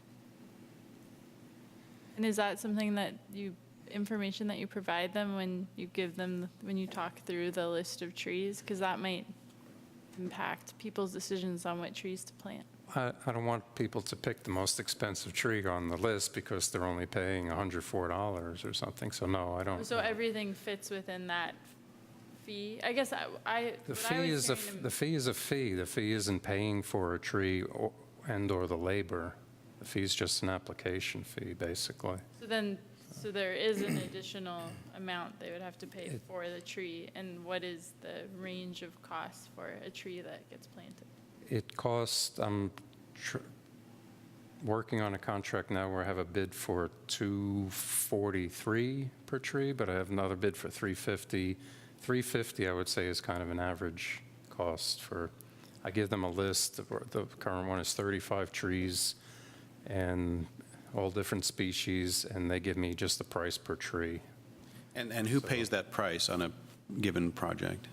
The city does. Yeah. So the property owner isn't paying additional money to purchase the actual tree. No, They're just making paying okay. application Just pay fee. only portion of That's what I the true thought, so- cost. Yeah, but this discussion But we just- found otherwise. Right. Well, this paragraph is a little confusing because it says the city will be responsible for the cost of tree removal and tree replacement, but then it says the applicant will be responsible for cost of sidewalk chair repair and cost of tree replacement tree. I think, and I see the It's edits. being said twice, that It is says confusing. opposing things also. Well, and I think originally it was sidewalk repair and replacement. It was referring to the sidewalk, not the tree. Is that right? No, it said sidewalk, sidewalk repair and replacement, C section sidewalk, yeah. So I think They we, have to pay for the tree replacement as well. This paragraph should not stay the way it is. We need to fix it, but yeah. they're not actually paying for the tree replacement, though. They're paying a fee to have the separate, tree yeah. replaced. Yeah, it's not the same. Which also brings up the whole topic Yeah. of, Should that should we be be? charging the right amount Yeah. for the trees? Well, I there's mean, that. that is a good question, because this fee was probably set how many years ago? I mean, No, the fees, every year in the master fee schedule, we have an opportunity to edit the fees. okay. Some calculations going on. They didn't just come up with $104.96. Well, they probably based it on CPI or something, right, over the time? Oh, yes, that, yeah. Yeah. You get a to get 3%. that specific of a number. But the cost of we don't have to get in the cost of this, but the cost of a new tree is in the 200 range, but a replacement tree is 104. So I'm not sure what the logic was, like, were we trying to get, because you're replacing it, putting it back, it's cheaper than putting in a brand new one? I think just But I don't- trying to encourage Yeah. keeping trees replacement. planted in the city. That's, Sorry, when we applied for trees, I don't think we had to pay anything. You guys just came and did it. Well, now you owe us at least $104. No, you Write that what's down. your address? I'll send the bill. There have been events, You although, have my address. No, but I mean, maybe we did pay for something, but I thought new trees, like, you weren't just encouraging them, and there was a program to do it. But this was years ago. From what I've seen, there's been different programs where there's been tree giveaways, there's been block plantings, Okay, it donated must have trees, been free trees, $50 trees, 2 for 1, all kinds Got of it, different right. things. so. But generally, there is a cost. We just must have fallen under program. I mean, it would be tree good. trees. Yeah, and I think it would be helpful for us as a commission to understand what that true cost is, like, even if it's just an estimate of your time and all the contracting Well, costs. I just gave you average cost, Per $250 to tree. $350 But that's not your time, right? tree. My time is different. That's, yeah. So $250 per tree, but does that include the contractor coming out and planting? Yes. yeah, Okay, so altogether, 250 for the whole shebang. Okay. Yeah. It also, just so you know, I think it also doesn't necessarily value the loss of the canopy and all the other benefits of a mature tree. So that isn't so it's just good to get like the black and white of the reality of the loss to the city of the removal of a big tree. And I really want to stress, big tree, not like the same size tree. So you can't replace a big tree with the big tree, obviously, so. And then one more comment, I'm sorry, real quick. And so I do understand that after a new tree goes in, you do give it a special attention for the next year, right? You check on it more, maybe water it, is that right? I mean, is it city staff? I send a letter to the property owner Have them do it? explaining how to water a tree. Okay, okay. How often they should water. All right. I don't necessarily visit every single tree, but I probably. You do when you can. You probably do, because yeah. It's a Okay. small city, and Sure. I get around a lot, but where I see trees that look like they're struggling, I'll go out with a water tank, and I'll Okay. give it a dose of water.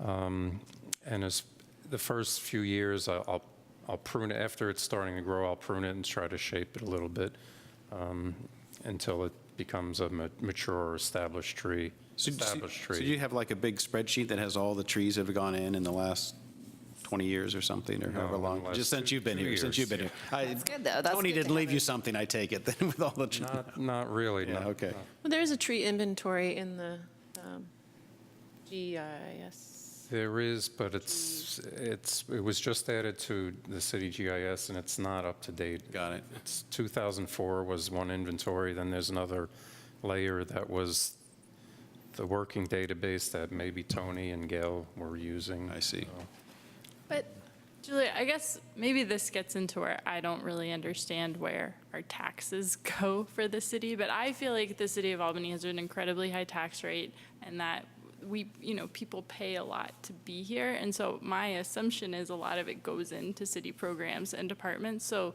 I guess my struggle is to see why, if people are, we're already as a community potentially paying some amount for, say, John's time, why we would need to then quantify it and pay and have that individual property owner pay more when we're saying as a city we all want to support trees and are possibly inherently already doing that.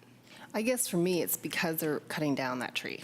And they're cutting down a big tree, and that value, all of those years that it took to grow that tree, which and even increases their property value. I mean, I know you weren't here when I did this presentation about literally all the climate change benefits of urban heat island reduction, air pollution for having a big canopy tree.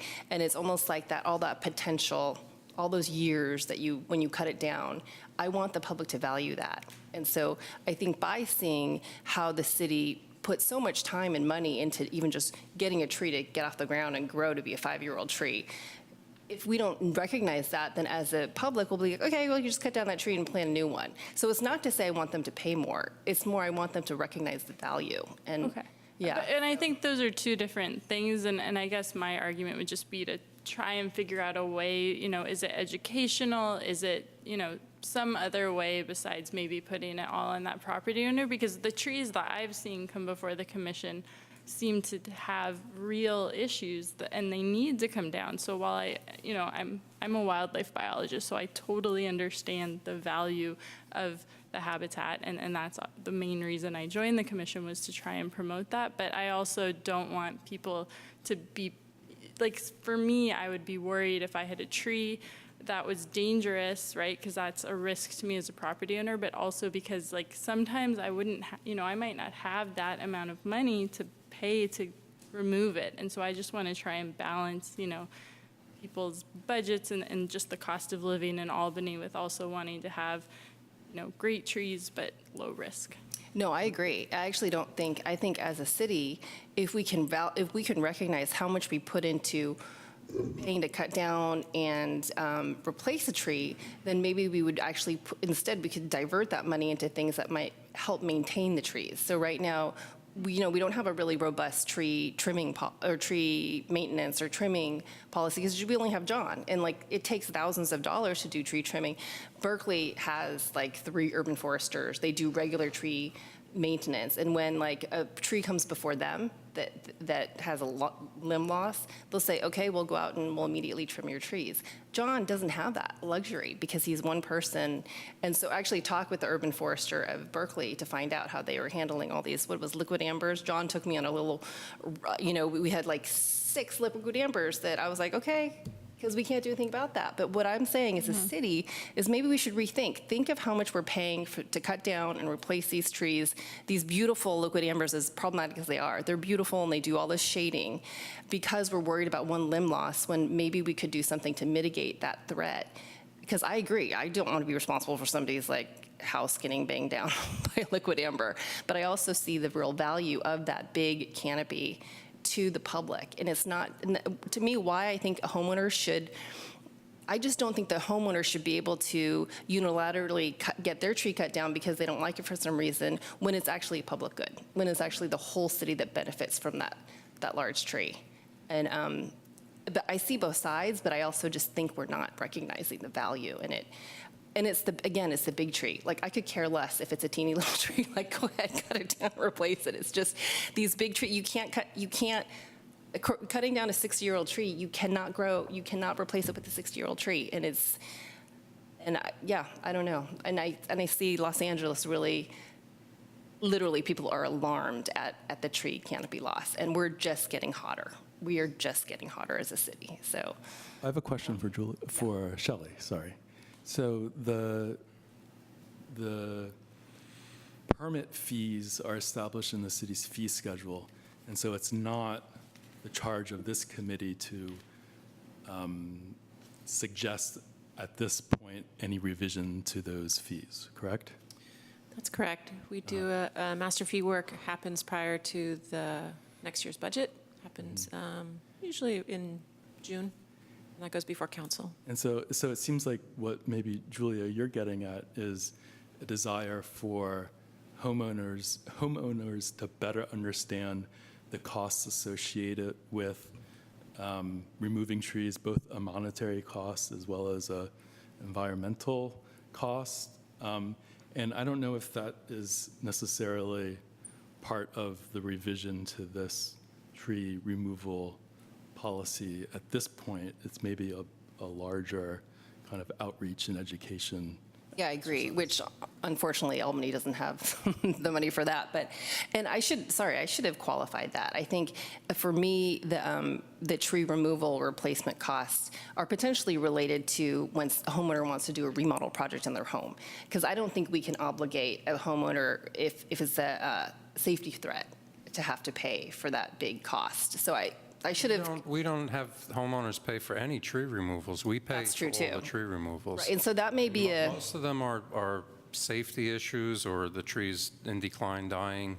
We don't remove healthy trees, especially large healthy trees. They're going to stay in place regardless of who or why or whatever reason it comes to us. I'm just want to correct you. The smaller trees are the important trees because they're going to be the big trees in the future. These big trees, the ones that we see, that you see, are over mature. They're in decline, most of those trees. Well, I'm not saying that I don't care about the small trees. I definitely agree with replanting. I think you said you could care less. So. Oh, you're right. Maybe I did say I could care less. I'm saying if you could actually replace it with the same tree, if you could replace 1-to-1, and you can actually replace a one-year-old tree with one-year-old tree, I don't mind if you need to cut it down. What I mind is cutting down that 60-year loss of life. And if it, well, okay, we don't if it's do that decline, unless it's necessary. Most of these are safety, reliability issues. That's well, I know, but I think this. the biggest part of my job. I'm out there. I do pruning for safety, reliability issues. I prune trees that technically the property owner should be pruning, but because I see it as a possible public safety issue, I take care of it. So if there's a broken limb, if there's branches hanging in the street or blocking the sidewalk or blocking street signs, stop signs, I do that kind of work. No, and I don't mean to say that you're not doing your job. I just think that I think you as an urban forester, though, or you're one person in a city where there's lots of trees. And I do know, talking to the urban forester at Berkeley, who said with liquid ambers, that they'll do a lot of maintenance that you may not have the capacity to do as one urban forester that doesn't have a team. So Well, we did most of the liquid ambers this year, we pruned. We didn't get some of them that dropped limbs, and we took them out because they were really badly damaged from large limbs ripping out. But we did all of San Pablo, we did Washington, we did That's great. Portland, That's great. Masonic. So anyway, we're off the. I would like to policy note the subject. time and say Yeah, maybe sure. we've done what we can on this item. Is there any? Yeah, and so please submit comments. You can send them to me, and I can get them to the subcommittee people to consider for bringing back the next draft. Okay. Is that cool? Sounds good. One more comment about 2.7 in the sidewalk replacement section, which is section 3. It says that if the city, if the tree is to be removed because the urban forester thinks it won't survive the sidewalk replacement, that the cost of removal and replacement will be paid by the city. So that also conflicts with 2.7. So maybe we need to wait yeah, until okay. we get this updated by Mark. Yeah. Yeah. I have a question for John. So Julia brought up the issue of a homeowner intentionally damaging a tree in order to justify the future removal of the tree. From your experience, has that happened? And if so, how common is that?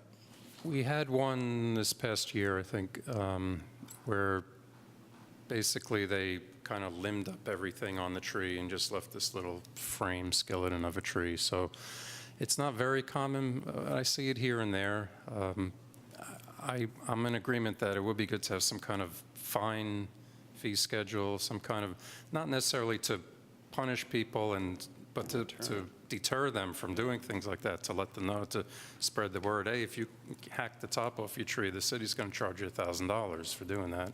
Or you can't just cut the tree down because it's dropping leaves on your sidewalk and you don't like it. Right now, people do that. There's 1 or 2 trees out there that I know were removed, completely removed, and there's not anything really I can do.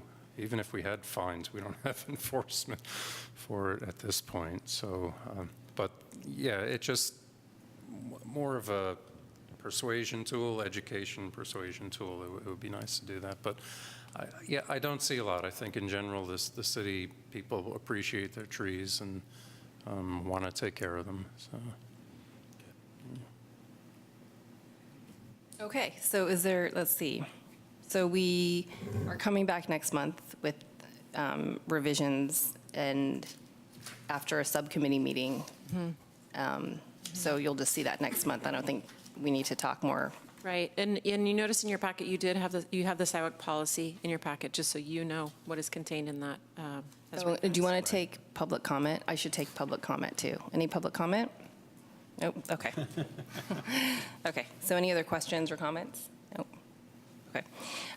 Let's see. Dog Park Subcommittee okay. update. Yep. All right. So I just have a quick update, hopefully quick.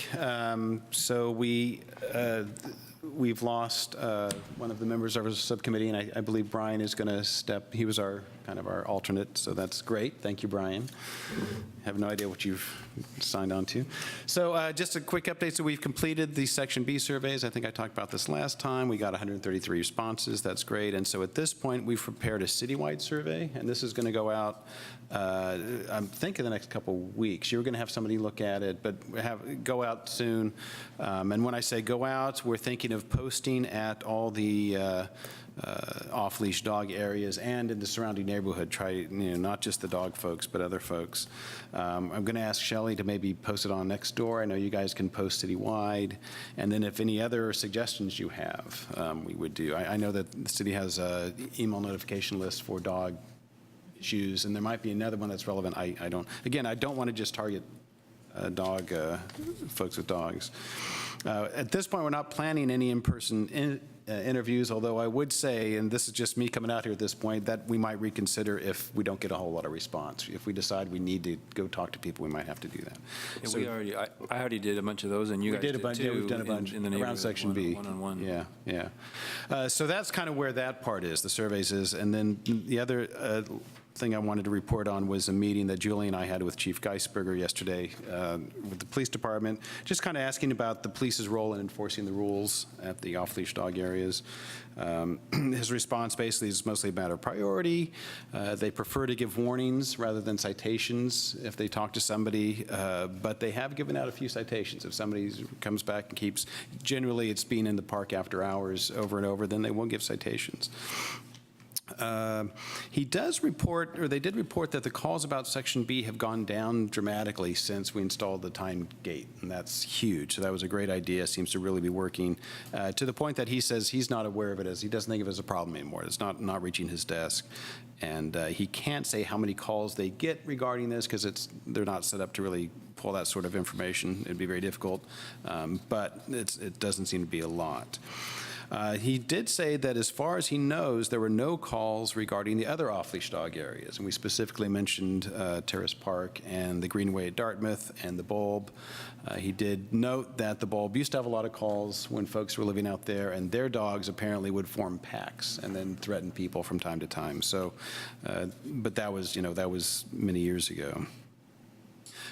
Most non-Section B calls related to dogs are for neighbors' dogs barking in the yard for a long time, and occasionally concerned about an off-leash dog, and then he just has to explain that, well, that's okay in Albany. There's the leash, they have to be under voice control, but they don't have to be on a leash. So we asked them about some sort of planting to serve as noise reduction at Section B. One of the complaints around, folks, Section B is over Memorial Park, that corner there. Yeah, that is fenced and is off-leash dogs are allowed. And they weren't opposed to the idea. They said they would be sure we would need to they'd need to be able to have some spots where they could go and see the whole park. They wouldn't have to just be able to see, it wouldn't have to be completely open, but there would need to be a few, maybe 3 places where they could actually go and look and see the whole park at once. Some sort of hedge or something to block noise. We did mention the possibility of using some of that Caltrans space down by the train tracks as a possible off-leash dog area. They had a few comments about that. Their big concern would be security, noting that it should be well lit, noting the proximity of the train tracks, which a lot of people travel down apparently. And in fact, they noticed that because of that, there's real potential for smash and grab theft from cars, any cars that are parked there. Although I figure everybody there's got a dog, so I don't know. They did also note, this is something I wasn't aware of, that space that we thought of potentially for parking is used currently by business. Trucks come in and turn around there or need to back into there, so it might complicate. So remember we were down looking, and under the overpass, there's a little, like a branch of street that we're thinking, there's parking, but the trucks back out there into that area. So it might complicate it.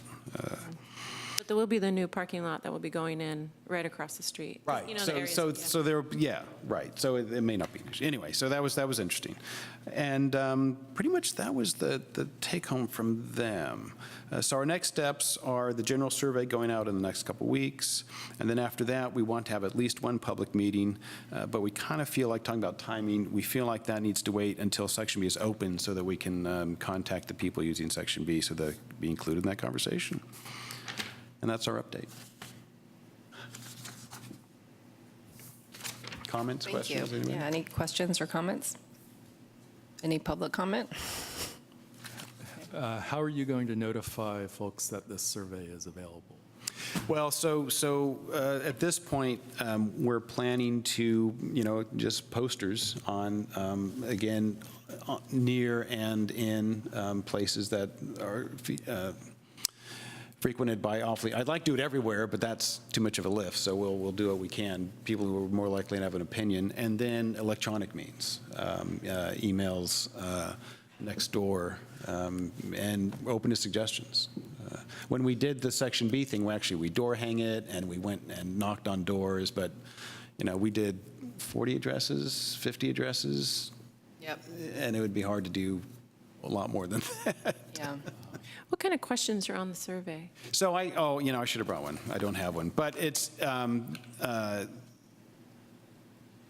is there a place to go? Commissioners can see the survey. I can send you the link and you can share it. Yeah, it's online. Yeah, that's a good idea. I have one more question too. Is there any thoughts from the subcommittee about actually looking at potential sites and developing that. That is one of the questions, yeah, suggestions. And part of what we're doing is we're collecting the information about what people are looking for. A lot of the questions about what they're looking for as dog users, but also what the neighbors are concerned with, and then using that. I mean, it doesn't seem like there's a whole lot of options in our little town for spaces, but, yeah. There were a few that were identified, though, from, There were, yeah, we have those in mind. Yeah, we have those in okay. mind. Just to make sure that's part of it, because the item that's supposed to go to council has an analysis of pros and cons of different possibles. That is exactly what we're looking at, yeah. Thanks, Todd. Okay, sure. I think that's it. So future agenda items, does anybody have a request? I'd like to get Jeff Bond back or someone to talk about the waterfront.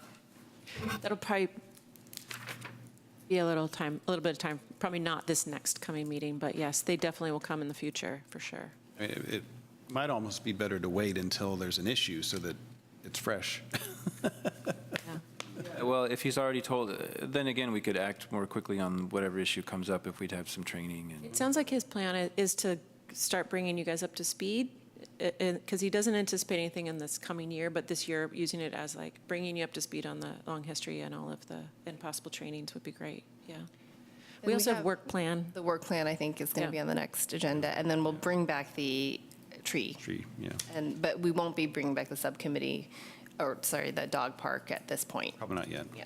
The other item that is coming up, so you will have it on your next agenda, is the sugar sweetened beverage tax, that kind of brainstorming of what we'd like to propose to the council to consider for the next year. And we need to talk about that at the February meeting, so if you'll put your brains on it and come ready to give out some ideas, because that is going to council on March 18th. Does that give us a meeting before that? I March don't think so, because the council packet has to be ready by March 8th. Oh. I think our meeting is after that deadline. So this next meeting, that will be a big, we'll want to discuss. The soda, any So recommendations? this is annual, Soda tax. so every year it's reconsidered? Okay, and will that include a status on what happened last year? An update? Oh, totally. Okay. I can tell you where we are, yeah. So it's the use of the funds from the soda tax? Yes, I'm sorry, yes.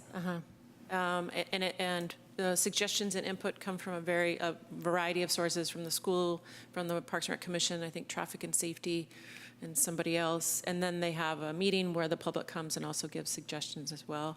What was decided from last year, we put in the bottle filling stations in all the parks, and so that should be completed in March. Those will all go in. And then also recreational program, we're offering free, which will this go into the next activity guide, free cooking classes and camps for residents, youth, and then also some free, like in the park, Saturdays, you want to come for free yoga and those types. So that did get in there. Okay, great. Yeah. That And was our then, recommendation, I think, right? yeah. Our commission's A few recommendation. of ours did. Also, the kind of, that community-wide challenge about getting moving is something that my department is working on, proposing a program for that. So some way of, if it's going to be a competition about moving and challenge about number of miles in a certain period of time, or creating teams, or if it's, getting out pedometers or some things that encourage people to get out and be active. When Margot gave her report, on the Albany Hill Park, she talked about vegetation management that she was doing at the direction of the fire department to help with fire prevention. And I thought it would be good with all the fires that have been in the news and the fire season coming up, in the next few months, to have someone from the fire department, maybe the fire chief, tell us more about the thoughts on what they're doing on the Hill. Residents may have some concerns as well. Who's doing on the Hill? What the fire department is, Margot said she's taking direction from the fire department, so I thought it would be good to hear directly from them. Yeah, it's pretty much what she described, if I can just tell you, but it is this clearing of the fire road. Basically, they clear for a 10-foot box so that the fire truck can get through. But that clearing happens in a very thoughtful way, because there's a lot of native plants. Native plants get marked before that clearing happens. There's also the whole part about, John can chime in here, the hazardous tree removals that they've been doing. We can have fire come, it's going to be a tough thing to get them to be here, but Margot and John have been working on that, and in the past, we've been involved as well in recreation. That's their main thing. I mean, ideally, they'd like every tree chopped down, because that makes them feel a whole lot better. But part of the trees that are coming out for the Albany Hill access improvement are going to help, and they're trees that will be coming down in addition to saving a lot of trees.